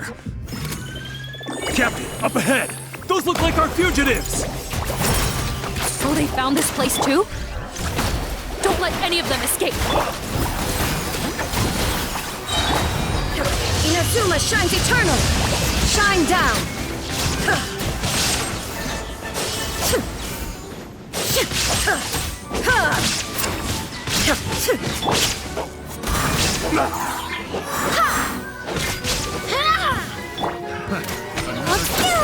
He might be a little Picked the wrong test subject.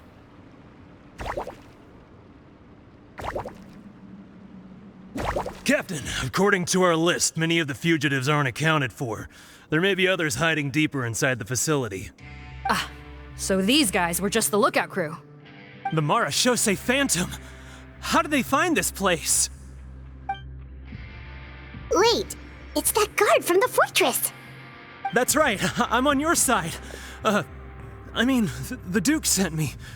What's the matter? Some sort of mix-up? Mr. Odilon, didn't I tell you a few days ago that you need to stop all field work until you've recovered? Ah, well, you know, gotta help His Grace out. Share the load. Officer Morgan, this man is an imposter. The real Mr. Odilon has no recent health issues. What? But I... Looks like the head nurse was right about the face-swapping method. Arrest them all! DuPont, stay here and keep guard. And watch the exit. If we're not back soon, call for reinforcements. Got it.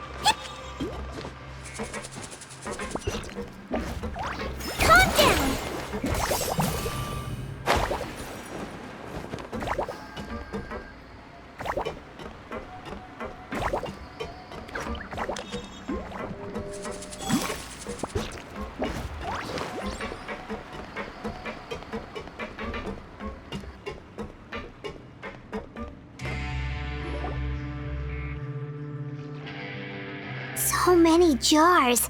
Was this some sort of production facility? This scent, it's probably the ingredients used to make butterfly dew.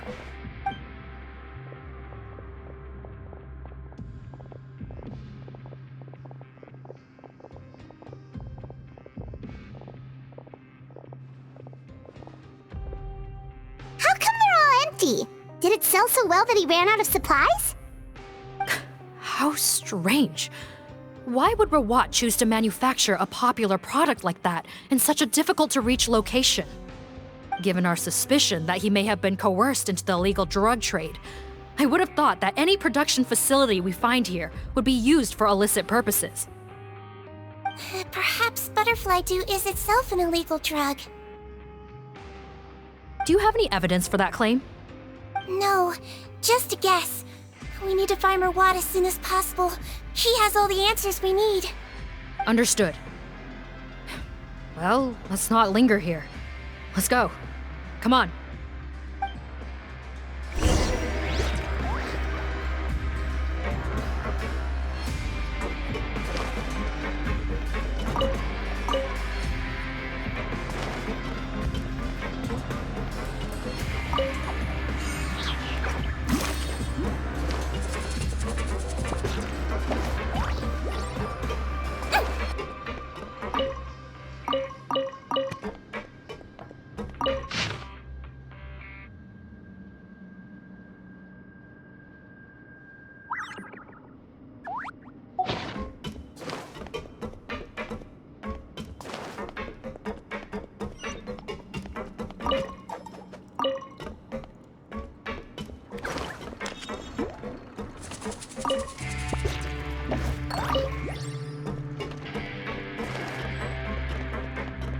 Doesn't look like we're gonna get this door open. Let's find another way around.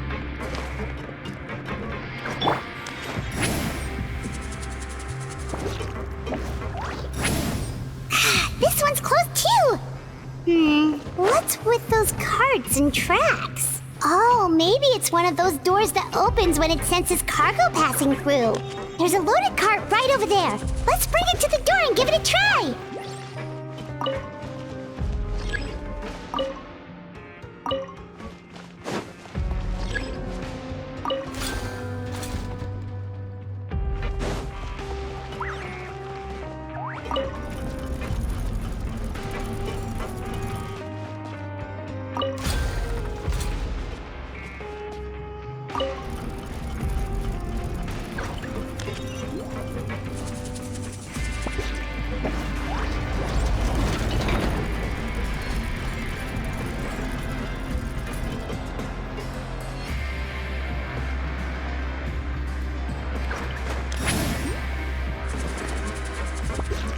Get to work! Show no mercy!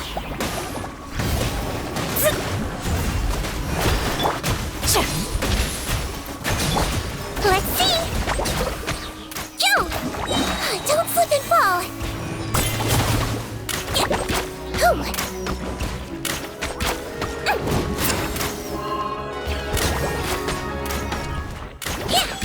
Don't be nervous! Just relax!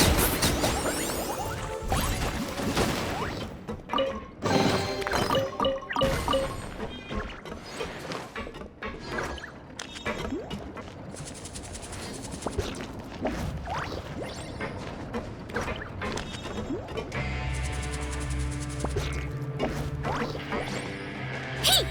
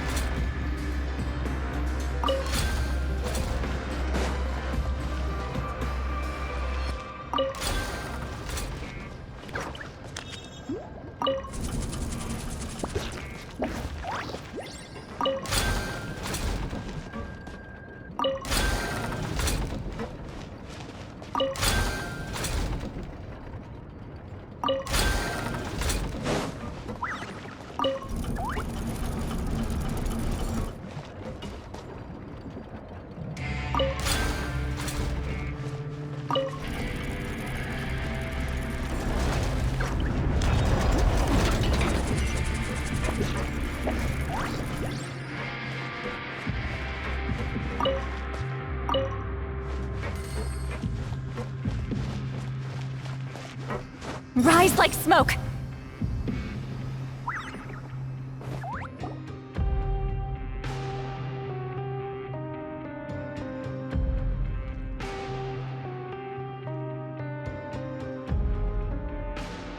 This room's much smaller than the others.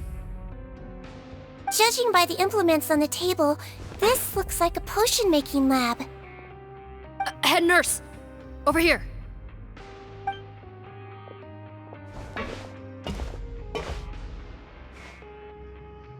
Let's see. Huh? Robot's clothes. Why would he change here? Perhaps they stripped him down, left the clothes behind, and disposed of him somewhere else? Yikes, Sigewinne, where did that come from?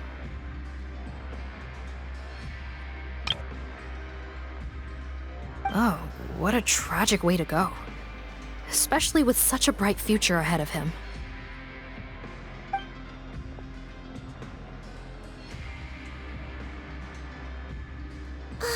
There's a path leading further on, Officer Morgan.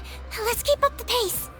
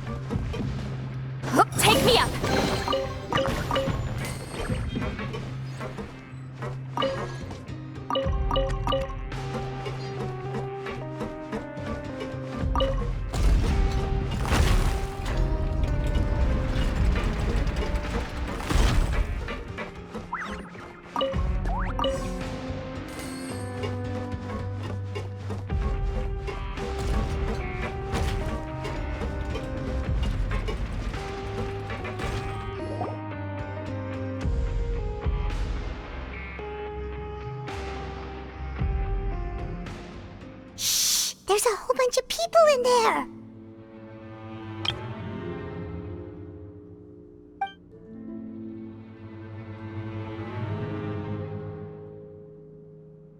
Are you serious? You're telling us that within a day, our faces are going to rot like yours? Fontanian physiology changed dramatically after that great flood, and it's not as compatible with this face-changing solution as before. The side effects are as you can see. Why didn't you say anything before we all used it? Look, my plan got you all out of prison, didn't it? You'd have much bigger problems to worry about right now if the Marshal Say Phantom found out about your other crimes. Consider an ugly mug getting off lightly. Ugh. You're just lucky we didn't leave you in there after you disappeared on us with no warning. We only let it slide because we're former partners. And now you have the gall to pull a stunt like this? Partners? Make no mistake, each of us is only looking out for himself. If you place too much trust in others, well, I'm afraid that's your problem. You hid things from me too. Remember how you each had a spare potion? You kept quiet about it until we planned the prison break? Oh, and you didn't have a secret spare? Then do you want to explain how you melted your face off before all this? Guys, that's enough. Calm down. It is what it is. Arguing won't change anything. What's the plan, Parton? I'm assuming you brought us here for a reason? There is no plan. We followed him here on the promise of more juice, but it turns out there ain't a drop here. Besides, what does it matter now anyway? He already said, even if we did get our hands on more of that stuff, switching faces again solves nothing. They're still gonna meld off eventually. I said enough arguing! Parton, tell us the plan. The most practical solution is to continue using the potion. Keep switching to a new face before the ulcers can start forming. Are you kidding me? This stuff was hard enough to get a hold of even when we had a supply. Now you're asking us to use it like skin lotion, after the flood all but wiped the supply out? Well, there is another option. But you'll have to make a deal with me first. Okay, now we're talking. What's the deal? I have a document I took from that researcher that details how to make a replacement. Just give me one bottle of the undiluted fluid, and I'll get to work. What's the problem? I thought you always kept reserves. Or do you really just have one spare bottle each? What do you think? That we were shipping them into the fortress of Meripede by the basket load? Well then, say hello to never showing your marred faces in public again. Ugh, I've heard enough! Get him! Let's see if that document even exists! Freeze! Marshal Say Phantom! What? Who let them in? Officer Morgan, before anything else, please find out Rawat's status. Rawat? I don't see him. Hand over the hostage now, if you want any chance of avoiding an extension to your sentences. Spare us your condescending attempts to coax us back to our cells. You think we're looking to negotiate? Rawat is dead. Parton? Arrest them all! Don't let anyone get away!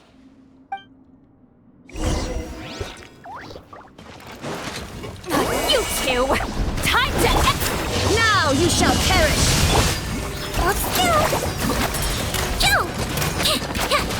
Now I'm back! Written in the stars! Shadows of fate!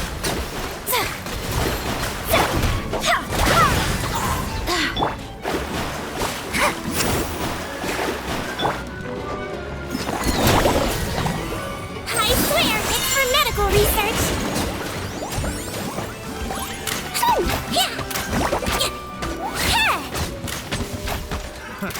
Another test subject. Freeze! Keep lolling! Beef Papa! Get him! Fate is upon you! Let me scribe! Shadows of fate! Inazuma shines eternal! There is no escape! You might feel a little prick!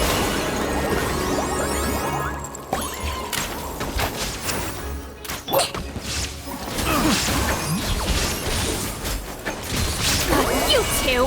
Time to act decided by destiny. Now you shall perish!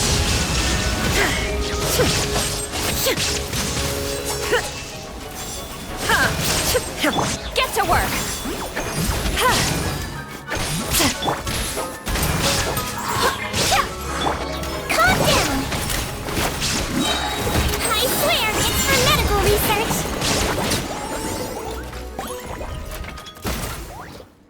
Huh. Gotta say, I never expected to see the head nurse in combat. Some patients respond better to a more aggressive treatment plan. Did we get everyone? Captain, we finished the head count. Potten's missing.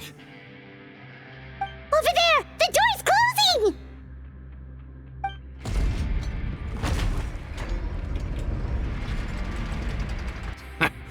One group trying to arrest me, another trying to hunt me down.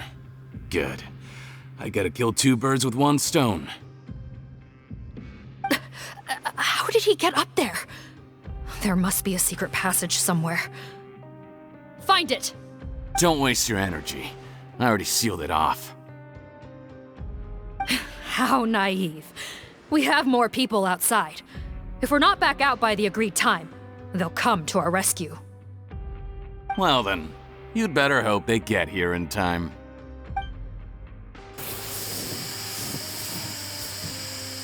There's some kind of gas leaking from the pipes.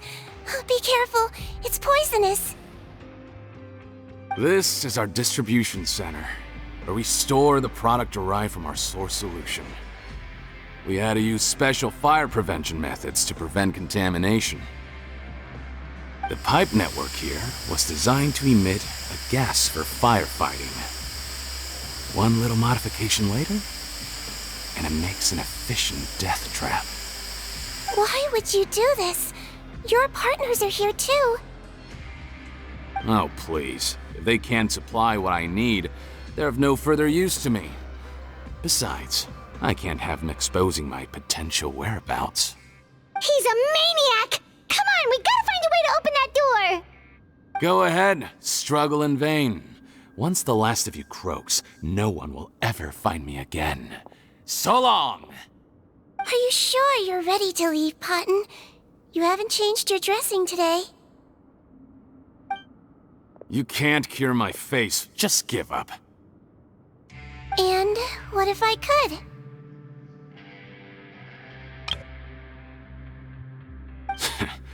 Nice try. You're just trying to stall me. Don't you worry about me.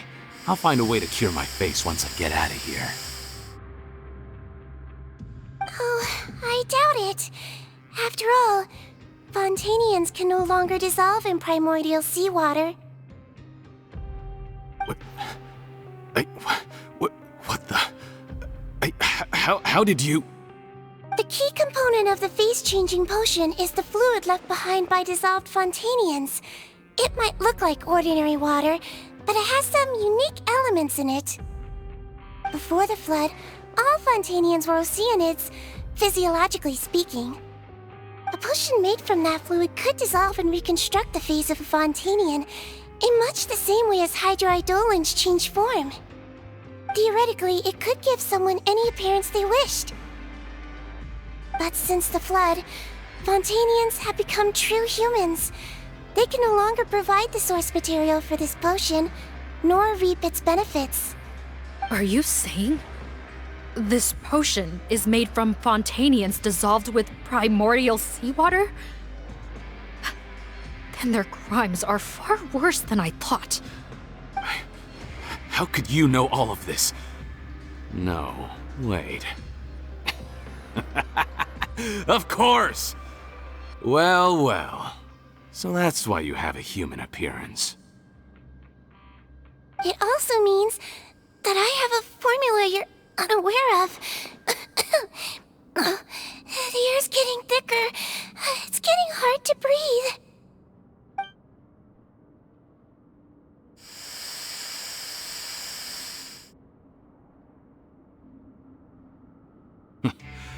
I might get to make a deal today after all. Alright, keep talking. How do you intend to give me the formula? Oh, it's not a formula, but a finished product. I have a bottle of it right here. What? When I tried Rawat's skincare product, I noticed it had a certain special component in it. So I had my friends gather some other ingredients for me, and sure enough, a little experimenting later, I'd produced the potion. I'm guessing his skincare lotion contains the fruits of your joint research? Huh. Impressive guesswork. Yeah, we were his supplier for some of the raw ingredients. But it only contains a tiny amount of the active ingredient. The effect is minuscule compared to the undiluted fluid.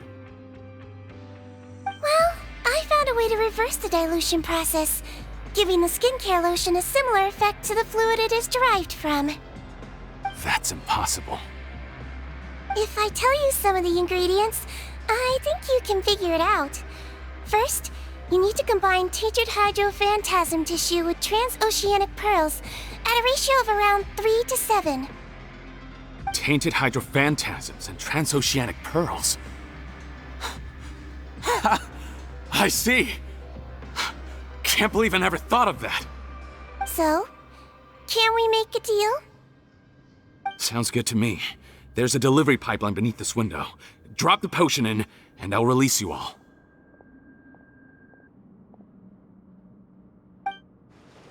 Nope, not trusting you that easily. You're like those naughty kids who try to hide their illness. Open the sluice gate first, then I'll hand you the potion. Even if you're not bluffing, your potion won't cure my face permanently.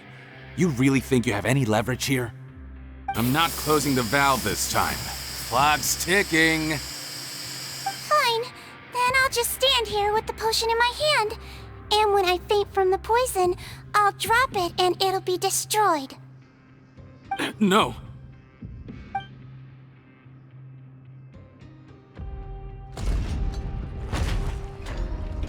It's open!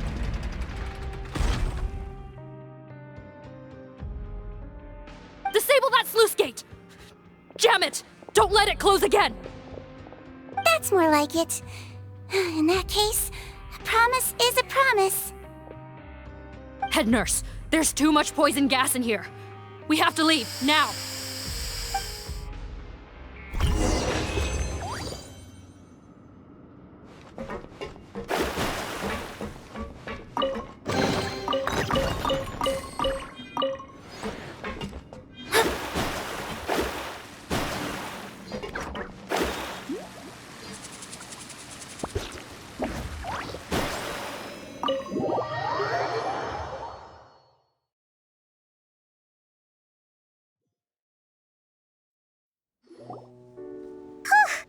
That was too close.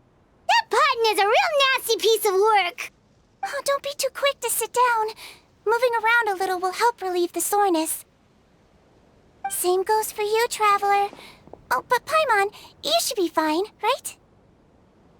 Flying fast is pretty tiring too, actually.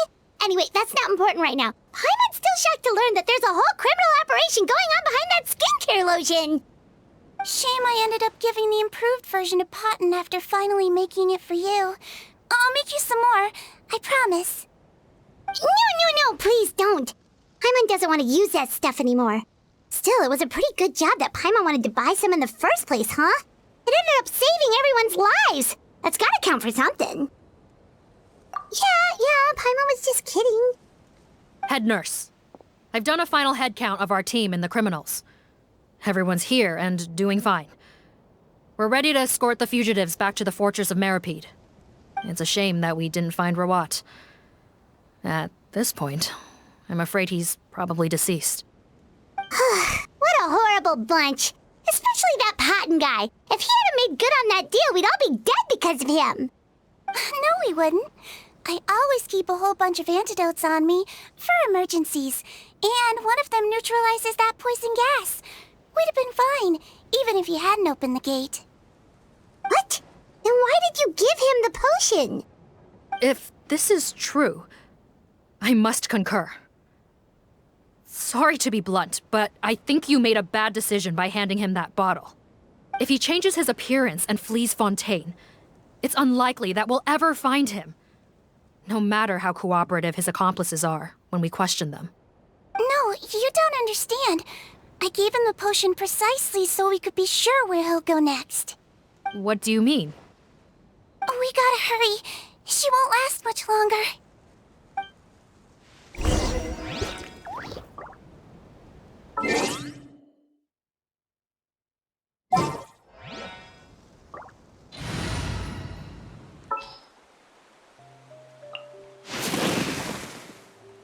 More companions! Hooray!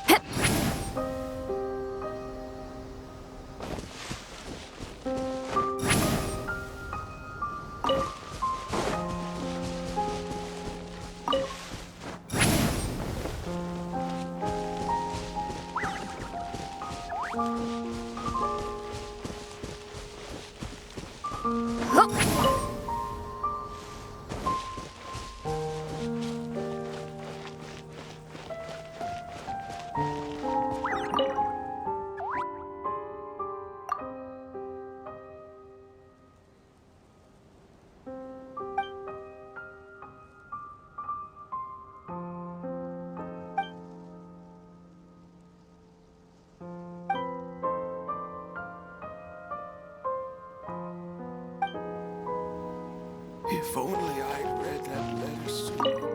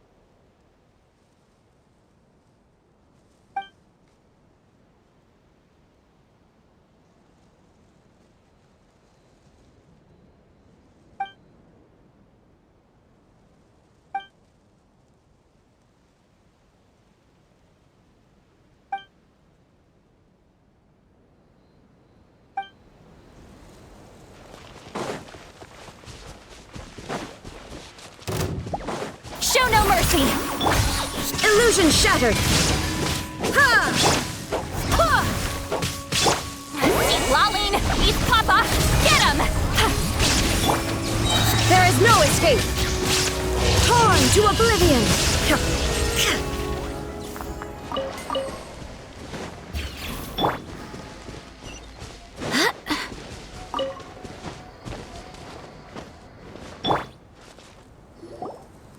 Don't move a muscle. I might be short, but I pack a mean punch. Captain? You're just in time. While I was lying in wait, I spotted this crook snooping around, trying to find a way in. So I detained him. Whoa. His face. Are you... Potton? So this is where you were heading, huh? What? This is how Potton looked before his face was marred. His current appearance matches the mugshot on his arrest warrant. I see. Wait, so what's going on? Wasn't the whole point of the potion to disguise himself and escape Fontaine? Why would he change back to his original face and run right into our trap? Enough of this nonsense. Let me in! You better pipe down. There's an old lady in there who's very sick. No way are we letting a crook like you inside. To heck with it. Listen to me. I'm Rawat. That's my mother in there. He's gotta be lying, right? Rawat was a victim in all this. He was forced into it against his will. How could he and this monster be the same person? Forced against his will. That's the funniest thing I've heard all day. Back when I was being coerced, everyone thought I was colluding of my own free will. And then when I actually became a criminal in my own right, you all suddenly thought I must be under duress. Amazing what a difference a handsome face makes. Save us the speech. Explain yourself. You want an explanation? Fine. I'll tell it how it is. When I was just potting, the whole world treated me with contempt. Ew. What do you want? Get away from me. Women despise me. Collaborate? You don't look like much of a researcher to me. My peers scorned me. Mr. Pardon, was it? I'm most interested in your research. Consider my offer carefully. I doubt you'll find other investment opportunities. Only villains would work with me. You want out of the game? Forget about it. Turns out, I slipped up a little. Left your picture with some marechaussee phantom officers. Easy mistake to make. Now they've listed you as an accomplice and drawn up an arrest warrant. So I suggest you put any thoughts of running away to rest. If you get caught by the guards for being in the synth business, you ain't ever seeing the light of day again. There was no way out for me. Until I could stop being Potton. Mr. Rawat, I have something I'd like to tell you. I became popular with women. This new potion you developed is fascinating. Genius, in fact. Would you consider working with me? I'd be happy to sign a licensing agreement. My peers looked up to me. Okay, I'm very interested in your research, sir. You must no doubt have offers from countless investors. So far be it from me to ask for a full collaboration, per se. I merely wanted to express my interest. No pressure at all, naturally. And the villains even began to fear me. Becoming Rawat showed me what a superficial world we live in. But I did not hold a grudge. After all, this superficiality could be made to work in my favor. Or so I thought. But alas, the world seemed bent on finding a reason to make me despise it. Mother, I'm back. How are you doing? Who are you? I bought the best medicine Mora could buy, but nothing would cure her illness. In the end, I hoped she'd at least be able to see her son one last time before she passed, but when everyone else rejected me, the only person who cared about me was my mother. Then, when I became a rising star in the Fontaine Research Institute, I was unrecognizable to her. I have to let her see me again. Even if it means donning my own wretched, ugly face. Well, is that enough explaining for you? Now do you understand? Let me inside already! Have you ever considered if you'll even be able to look your mother in the eyes after what you've done? You found a way to completely change your identity. You could easily have escaped from them. But no, you chose to keep working with them. Why would I want to give up on such a lucrative business? The profits were dozens of times that of the synth business, and it was all above board. So you kept being a villain just for the money? Villain? By what standard? Is doing evil deeds really what makes someone a villain in your eyes? Or does it all come down to the way they look? None of you saw a villain when I was wearing my other face, did you? You have no right to judge me! You're all just fake people living in a hypocritical world! I regret nothing! My mother would understand! You're a villain to the core! But especially that tongue! Honestly, I don't see a villain when I look at your current face either. Don't humor me. You don't seem surprised by my confession in the least. How long have you known the truth? I didn't know anything for sure until you chose to take that potion bottle and spare our lives. But if you're asking when I started suspecting you, it was the first time you came to see me at the infirmary. I had to confirm my suspicions. That's why I chose to join this investigation. Are you kidding me? A young, promising researcher and a wretched criminal? What on earth gave you the idea that they could be one and the same person? Well, there were no visual clues. This potion's face-changing effects are very powerful. Even as a Melusine, I couldn't see through the disguise. But I believe I understand humanity a little better than most of my kind. Humans have certain fundamental qualities that do not change with their appearance. Fundamental qualities, huh? So you think you're the one who's seen through me, do you? Most people probably don't know this, but I think I can guess what your deal is. Melusine constitutions are very close to that of water, so it stands to reason that the potion should work on them too. You used it yourself, didn't you? That's why you have a human appearance. Sigewinne? Yes, you're right. I'll bet it was back in the days when Melusines were discriminated against because of their appearance. It was either carry on living in the gutters as part of an alien race cast out by humanity, or become the head nurse of the fortress of Meripede, revered by all. Not a hard choice to make. It's a no-brainer. So you see, you and I were the same. And I'm the one who saw through you! That's not important right now. You came here to see your mother, didn't you? Well, I can grant you your wish. Huh? Head nurse, I'm not sure that's a good idea in his current state. Don't worry.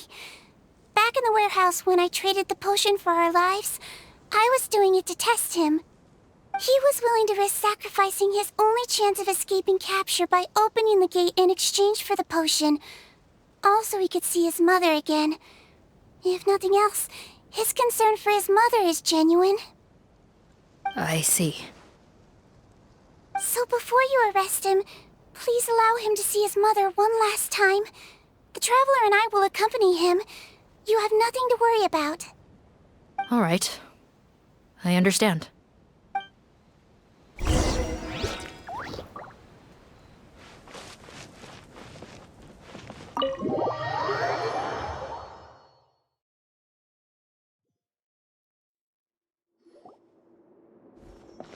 Mom? It's me, Potton, your son. You recognize me now, don't you? Mom, what's wrong? I'm sorry, but I have some bad news. I examined your mother last time we were here, and it appears that due to her prolonged fever, she's lost her eyesight. What? Your appearance no longer has any bearing on her ability to recognize you. But there are always other ways to remind our loved ones who we are. Wouldn't you say? No, it can't be. Please, Mom, open your eyes. It's me, your son, Potton.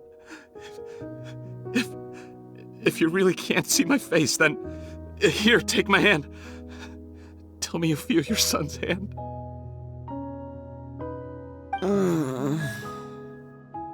I've done so much to get to this point. Please, you have to recognize me.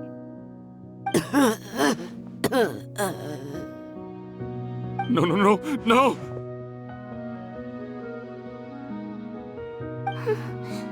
The temperature of his palm must have changed. I'm sorry. It seems I couldn't bring him back to you after all.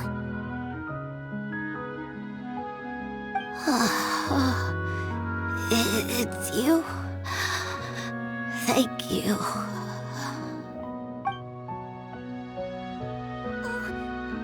Of course.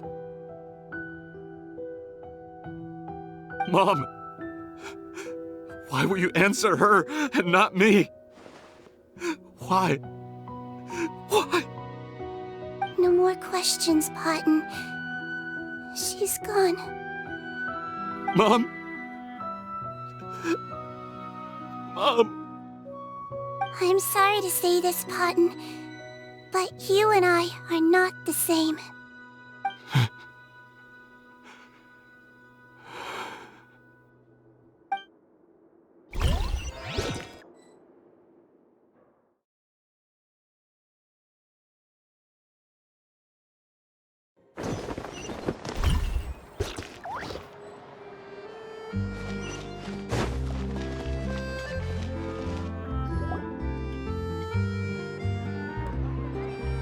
The wait is over, everyone! The sale of our new skincare product, Romaritime Essence, will now begin. Another skincare promotion! And it's selling as fast as last time. Wonder what people would think if they knew what was in the last batch. Oh, Sigewinne's here too! Hey, Sigewinne! Oh, Traveler Paimon, hello! Oh, I hope you two got a good rest yesterday after all your hard work. Of course! Nurse's orders, right? Anyway, are you here to take notes for your next article? Actually, I'm mostly here to help Officer Morgan wrap up yesterday's case. Ah, that reminds Paimon. That stuff sold like crazy, didn't it? Is it gonna cause huge problems? Nope, there's nothing to worry about. Unless modified, Butterfly Dew is an excellent skincare product that's completely safe to use. Besides, officers have already retrieved all Butterfly Dew purchased on the market. Now it's just a matter of disposal. After consulting Monsieur Nervulette, I came up with a way to neutralize any harmful effects, so it'll evaporate naturally without polluting water or soil. Wow, it's Sigewinne to the rescue again! Thank you for serving as our consultant, head nurse. All the butterfly dew we recovered has been disposed of, according to your instructions. Great! Good job, everyone! Also, you mentioned you wanted a copy of Rawat's interrogation records. Well, technically, Potton's records.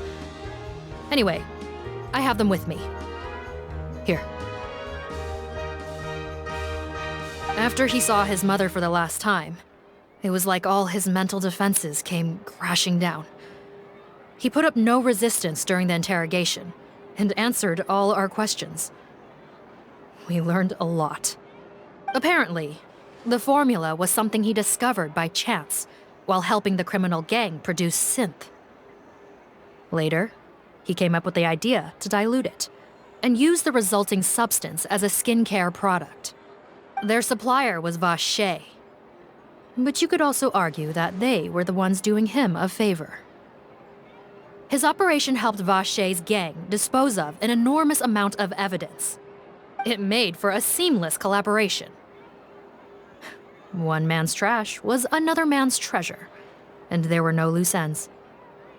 It's no wonder we never noticed what Potton's gang was up to. Vache again, huh? Is there still no end to the harm he caused? Make no mistake. The crimes of Vache and his accomplices will come to an end. It's only a matter of time. Since the flood cut off their supply of primordial seawater, they've been forced to resort to riskier methods, like using their private reserve to attack people on the street. Naturally, those attempts all ended in failure. After receiving numerous reports, we were able to zero in on the gang and eventually round them up. That sounds more like it!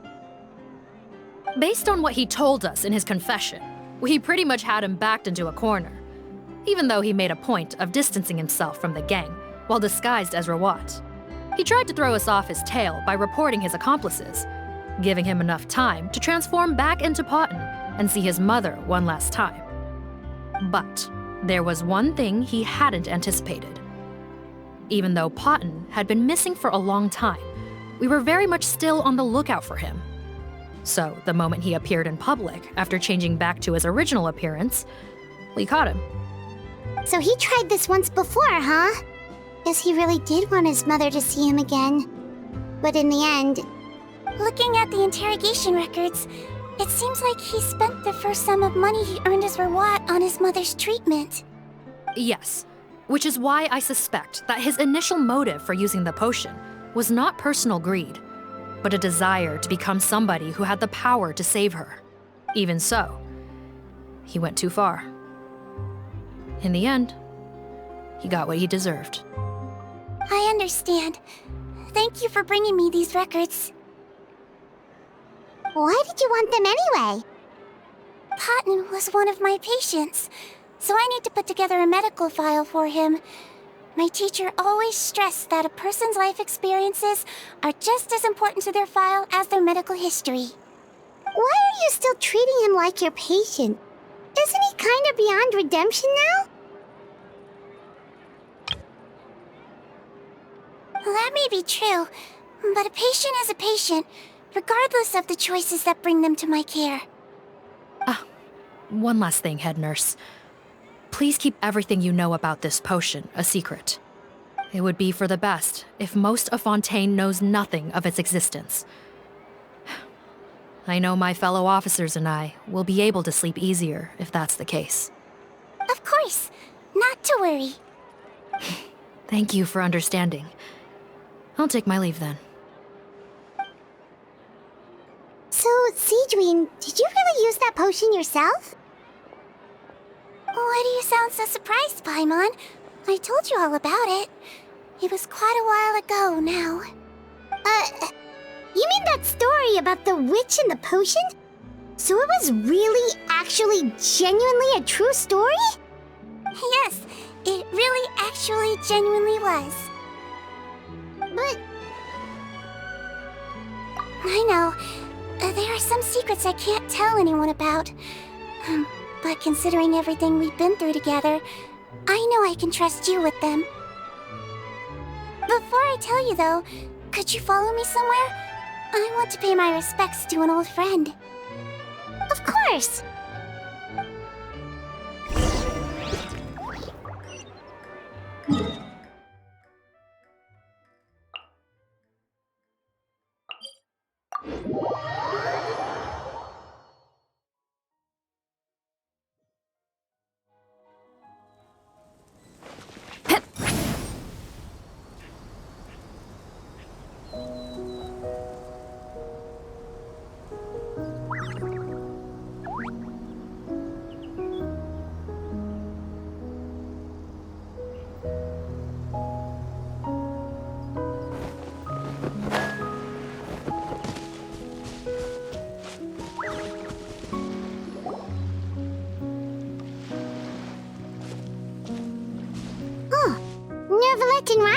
They're here too! Good to see you, Traveler. Paimon. I trust all has been going well for you? Big news, everyone. The Udex is out of his office on important business. Is that genuinely something people would consider big news? Why wouldn't they? Important business is a big deal.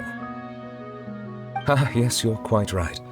When someone you care about requires emotional support, being there for them at the right time and place is of the utmost importance. After reading the Maréchal Phantom's reports, I had a feeling a trip here might be in order. Take note. That, my friends, is how Monsieur Neuvillette shows that he cares. We're both here for the same purpose, actually, to accompany Sigewinne as she pays her respects to her late teacher. So the old friend she mentioned was her teacher then? The witch? Oh, sorry. Paimon didn't mean to be rude. It's only 'cause Sigewinne calls her that all the time, so...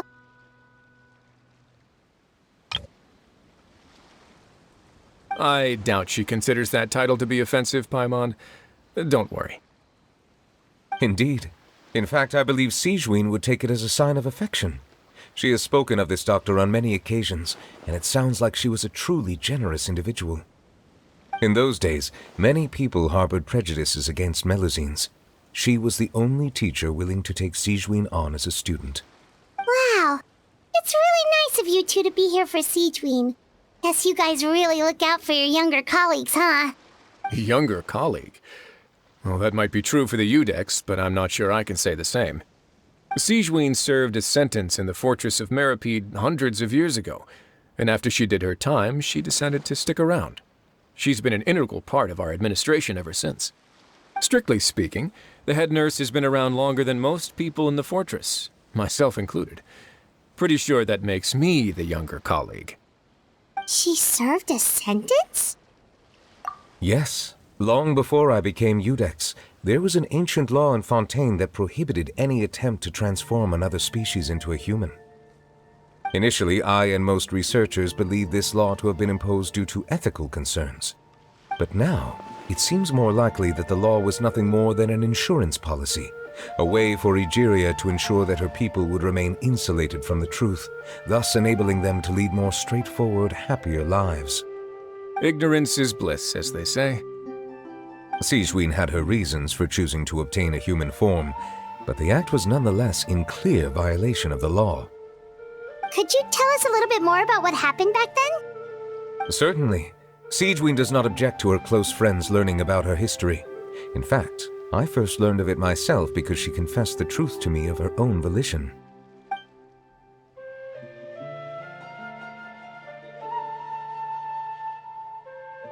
Even with their daughter so ill, they kicked you out? Stubborn as always. And prejudice isn't a disease I can cure either. Shame that I don't have the energy to get over there. You're laughable, you old witch. You want to save everyone in Fontaine, but you can't even save the patient before you. Master, what are you? I discovered a strange disease, one I suspect that every Fontainian suffers from.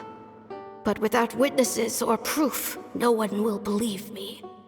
I had no choice but to experiment on myself to find a cure, but I hit a wall. And as you can see, it took a wretched toll on me. Then I'll find a cure for you, and then you can go cure her. There's no need. I am beyond saving now. There's nothing you can do. But, Master... As I said before, a doctor's duty is to treat whatever ailments they can. I know, but they don't trust me at all. That girl. She's your first ever patient, isn't she? Tell me, what cost are you willing to bear to see her cured? I'll do whatever it takes. Even if it means breaking the law and being punished for it? As long as I don't hurt anyone. Yes. Spoken like a true student of mine. Then I shall make one more final gamble. And see my experiment through to its end. Leave me for now, and come back in 2 hours. If I am able to work this miracle, then I will have found a way to save all Fontainians, and I shall be able to help you treat that girl. If not, then it means there is one more disease in this world that I cannot treat. In that case, do not come looking for me. I will leave you a parting gift. An accidental discovery happened upon through my study of this strange disease. It has little use, but it will at least help you cure this one patient you can reach.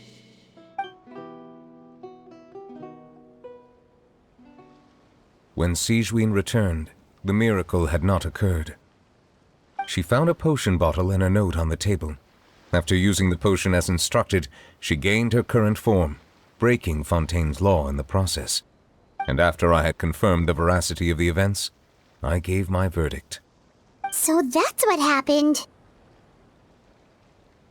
I fear Sigewinne only understood the full story after the truth about the dissolution of Fontainians was uncovered.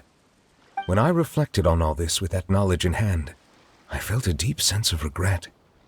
As I use the law to uphold justice, there are times when I cannot help but acknowledge its ruthlessness. After the final details of the events surrounding Sigewinne's transformation came to light, I checked several sources and, thankfully, The legal code does not require Sigewinne to shoulder any additional punishment. Wonder how she feels about all this. Since she invited you here, I imagine she intends to speak of these matters with you, no?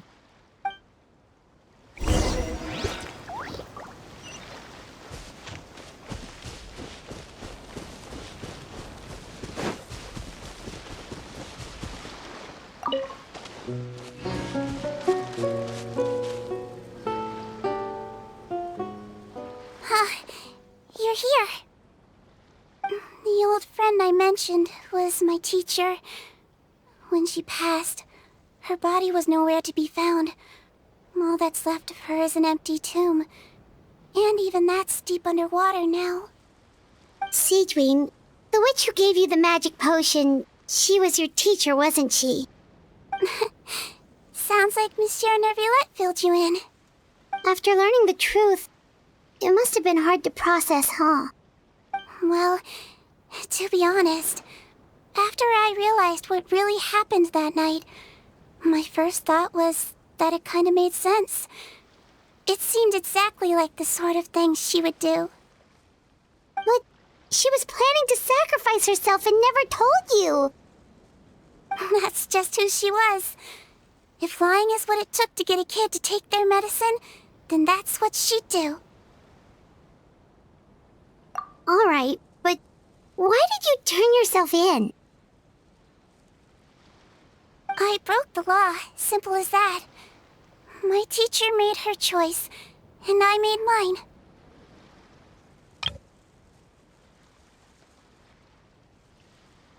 True. It's just the way Potton framed it when he was asking you all those questions, it made Paimon really mad. You're not like him at all, and everything Neuvillette said confirms that. And yet, you were still convicted and thrown in prison. It just feels so unfair. Unfair? I happen to think just the opposite. If I hadn't served that time, I'm not sure I would have been able to stay strong when he was questioning me.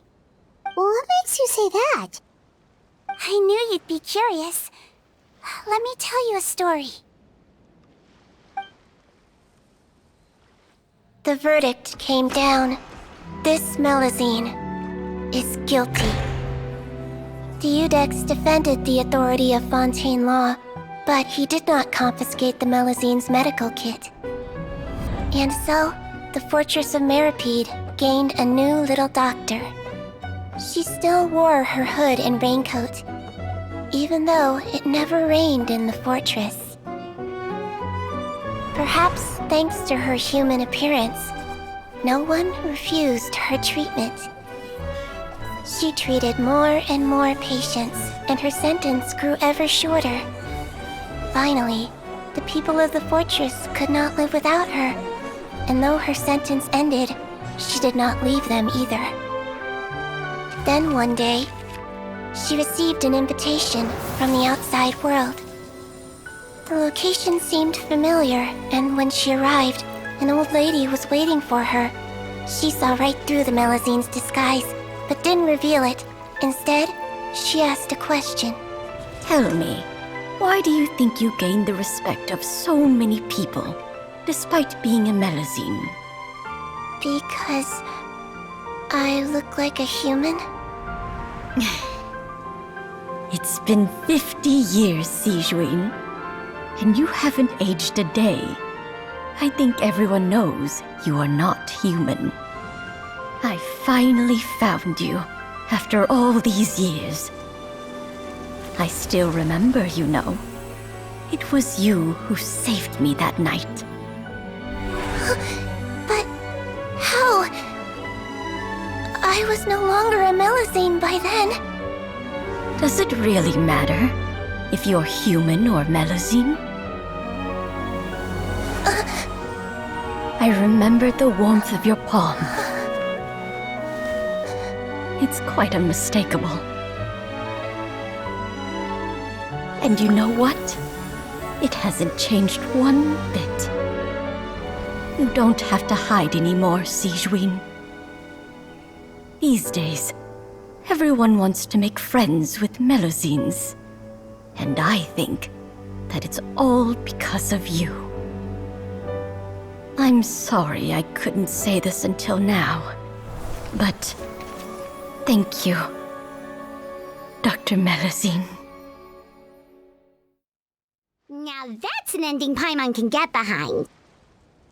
After hearing everything Potten said, I wanted to tell him that it didn't matter who he looked like on the outside.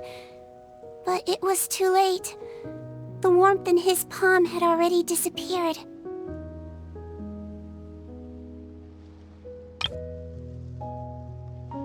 I tried to treat him, but the roots of his problem had nothing to do with his face. I understand. Thanks, you two. I appreciate you being here for me while I talk this through. Oh, it's nothing. Our pleasure. Oh, there's one more reason I invited you here. It's about time I finally give you what I promised. In order to restore the appearances of the face-swapping victims, the Marashose Phantom gave me special permission to make a few bottles of that potion. And I made one extra just for you two. We don't need it though. Shouldn't we destroy it? Well, even if you chose to destroy it, I still thought I should give it to you first. You two did so much for me. How could I break my promise? Well, fair enough, but anyway, Paimon's definitely not interested in this stuff anymore.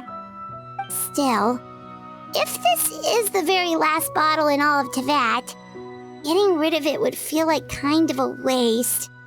Maybe we can give it a special meaning somehow. Oh! Paimon's got it! Melusine physiology wasn't affected by the Great Flood, right? So that means the potion should have a permanent effect on you. In that case, what do you say, Sigewinne? Ever thought about transforming back to the way you used to look?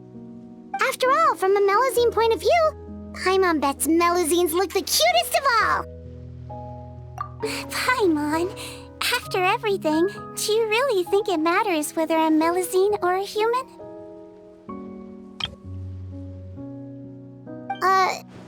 Well... What was Paimon thinking? You made up your mind a long time ago! Yeah, let's just destroy this thing. Leave it to me.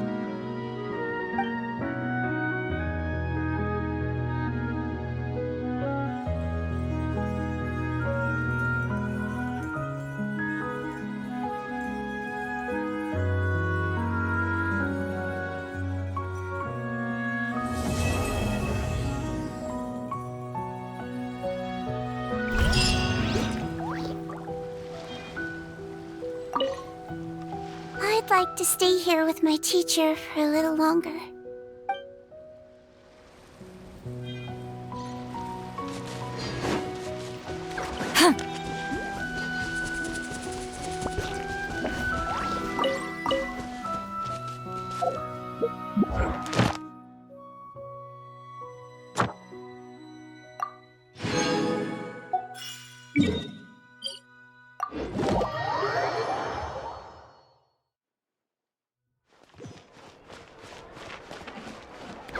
Ad Astra.